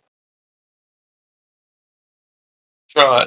Yeah. So you're going to be the living wall. Yeah, that it will crash into. Yes, that's Yeah, the that's idea. back on you. We'll have advantage if it bites you on the leg. Flightless. Well, being behind it and over 30 feet away, I'm going to take bonus action, take aim, and then launch an arrow at it. Excellent.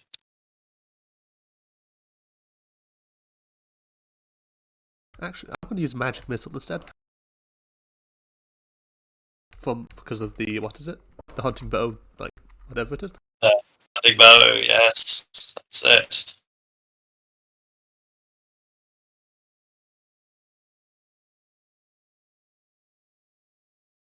It's on its way. Alright. It's 3 Pretty points. nasty succession of blows. Yeah, pretty nasty succession of blows, and it's deteriorated. It's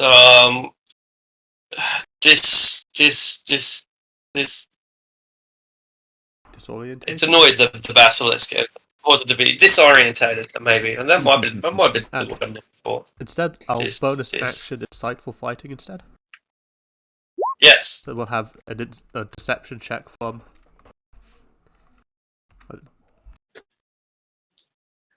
the basilisk. From the basilisk. The roll of 1, but it doesn't really matter because it's still going to be a bad roll. Okay, so I can now guess what he's going to do and can apply my sneak attack bonus. Not with a magic missile. It's a spell. Oh, it's subsequent attacks. Right. Yeah. Alright.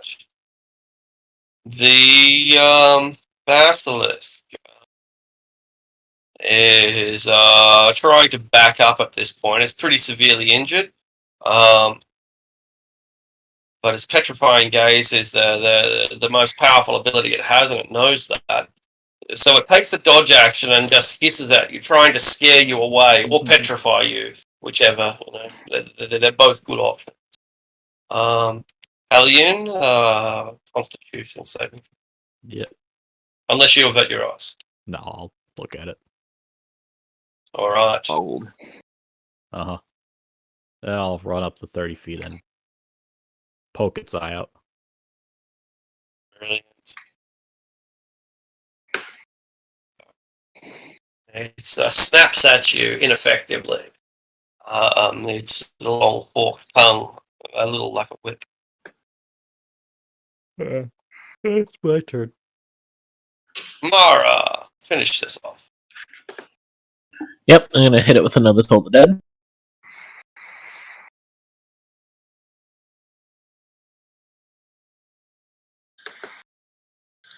A nice 2. I mean, it balances out the 12 last turn. Wisdom save from the Basilisk. It was not going to be enough, particularly not when he is now immune to Tolling the Dead. Dalabash. Evidently. Avert your eye, Dalabash, or look in the I was averting my eyes, so I'm gonna back up to outside his 40 foot. Use my movement to back up. Sure. I'm out of his absolutely. gaze, and then I will launch guiding bolt. All right. You have disadvantage, and I'm gonna use my inspiration for the day. Best choice. Might as well. And Natural one. it's just as bad, if not worse. Since you can't see your target, you just point in the direction. There is a Oh, I great can't see it. explosion. Oh, I of didn't light. realize. I was only gonna. Oh, so okay. I wasn't gonna back Averting up. the gaze means you don't look at it. Well, I was gonna right. look. Yeah, see, I moved out and looked at yeah, him. Once I'm out of his gaze, I'm Yep. looking at him. absolutely. And that's fine. That's fine. Yeah, that's fine. I mean, it's still So you dark, can do isn't that. it? It is still dark, but we must have like lanterns or something, because otherwise the poor girls would be tripping over everything. And you blow the basilisk sky high. Its body parts go in different directions, but its eyes remain intact. The valuable wits still salvageable. Might as well go collect them. You will find that there is enough food here at this farm for all of your accomplices, for all of your minions, but that's something we will deal with next. Then Yeah, we we say have 2 goodbye to sets the of internet. basilisk guys. Goodbye, internet. Goodbye, internet. Internet. Thanks, everyone. Bye. See you soon. Yep. Have a good night, guys. I'll see you next week. Yep.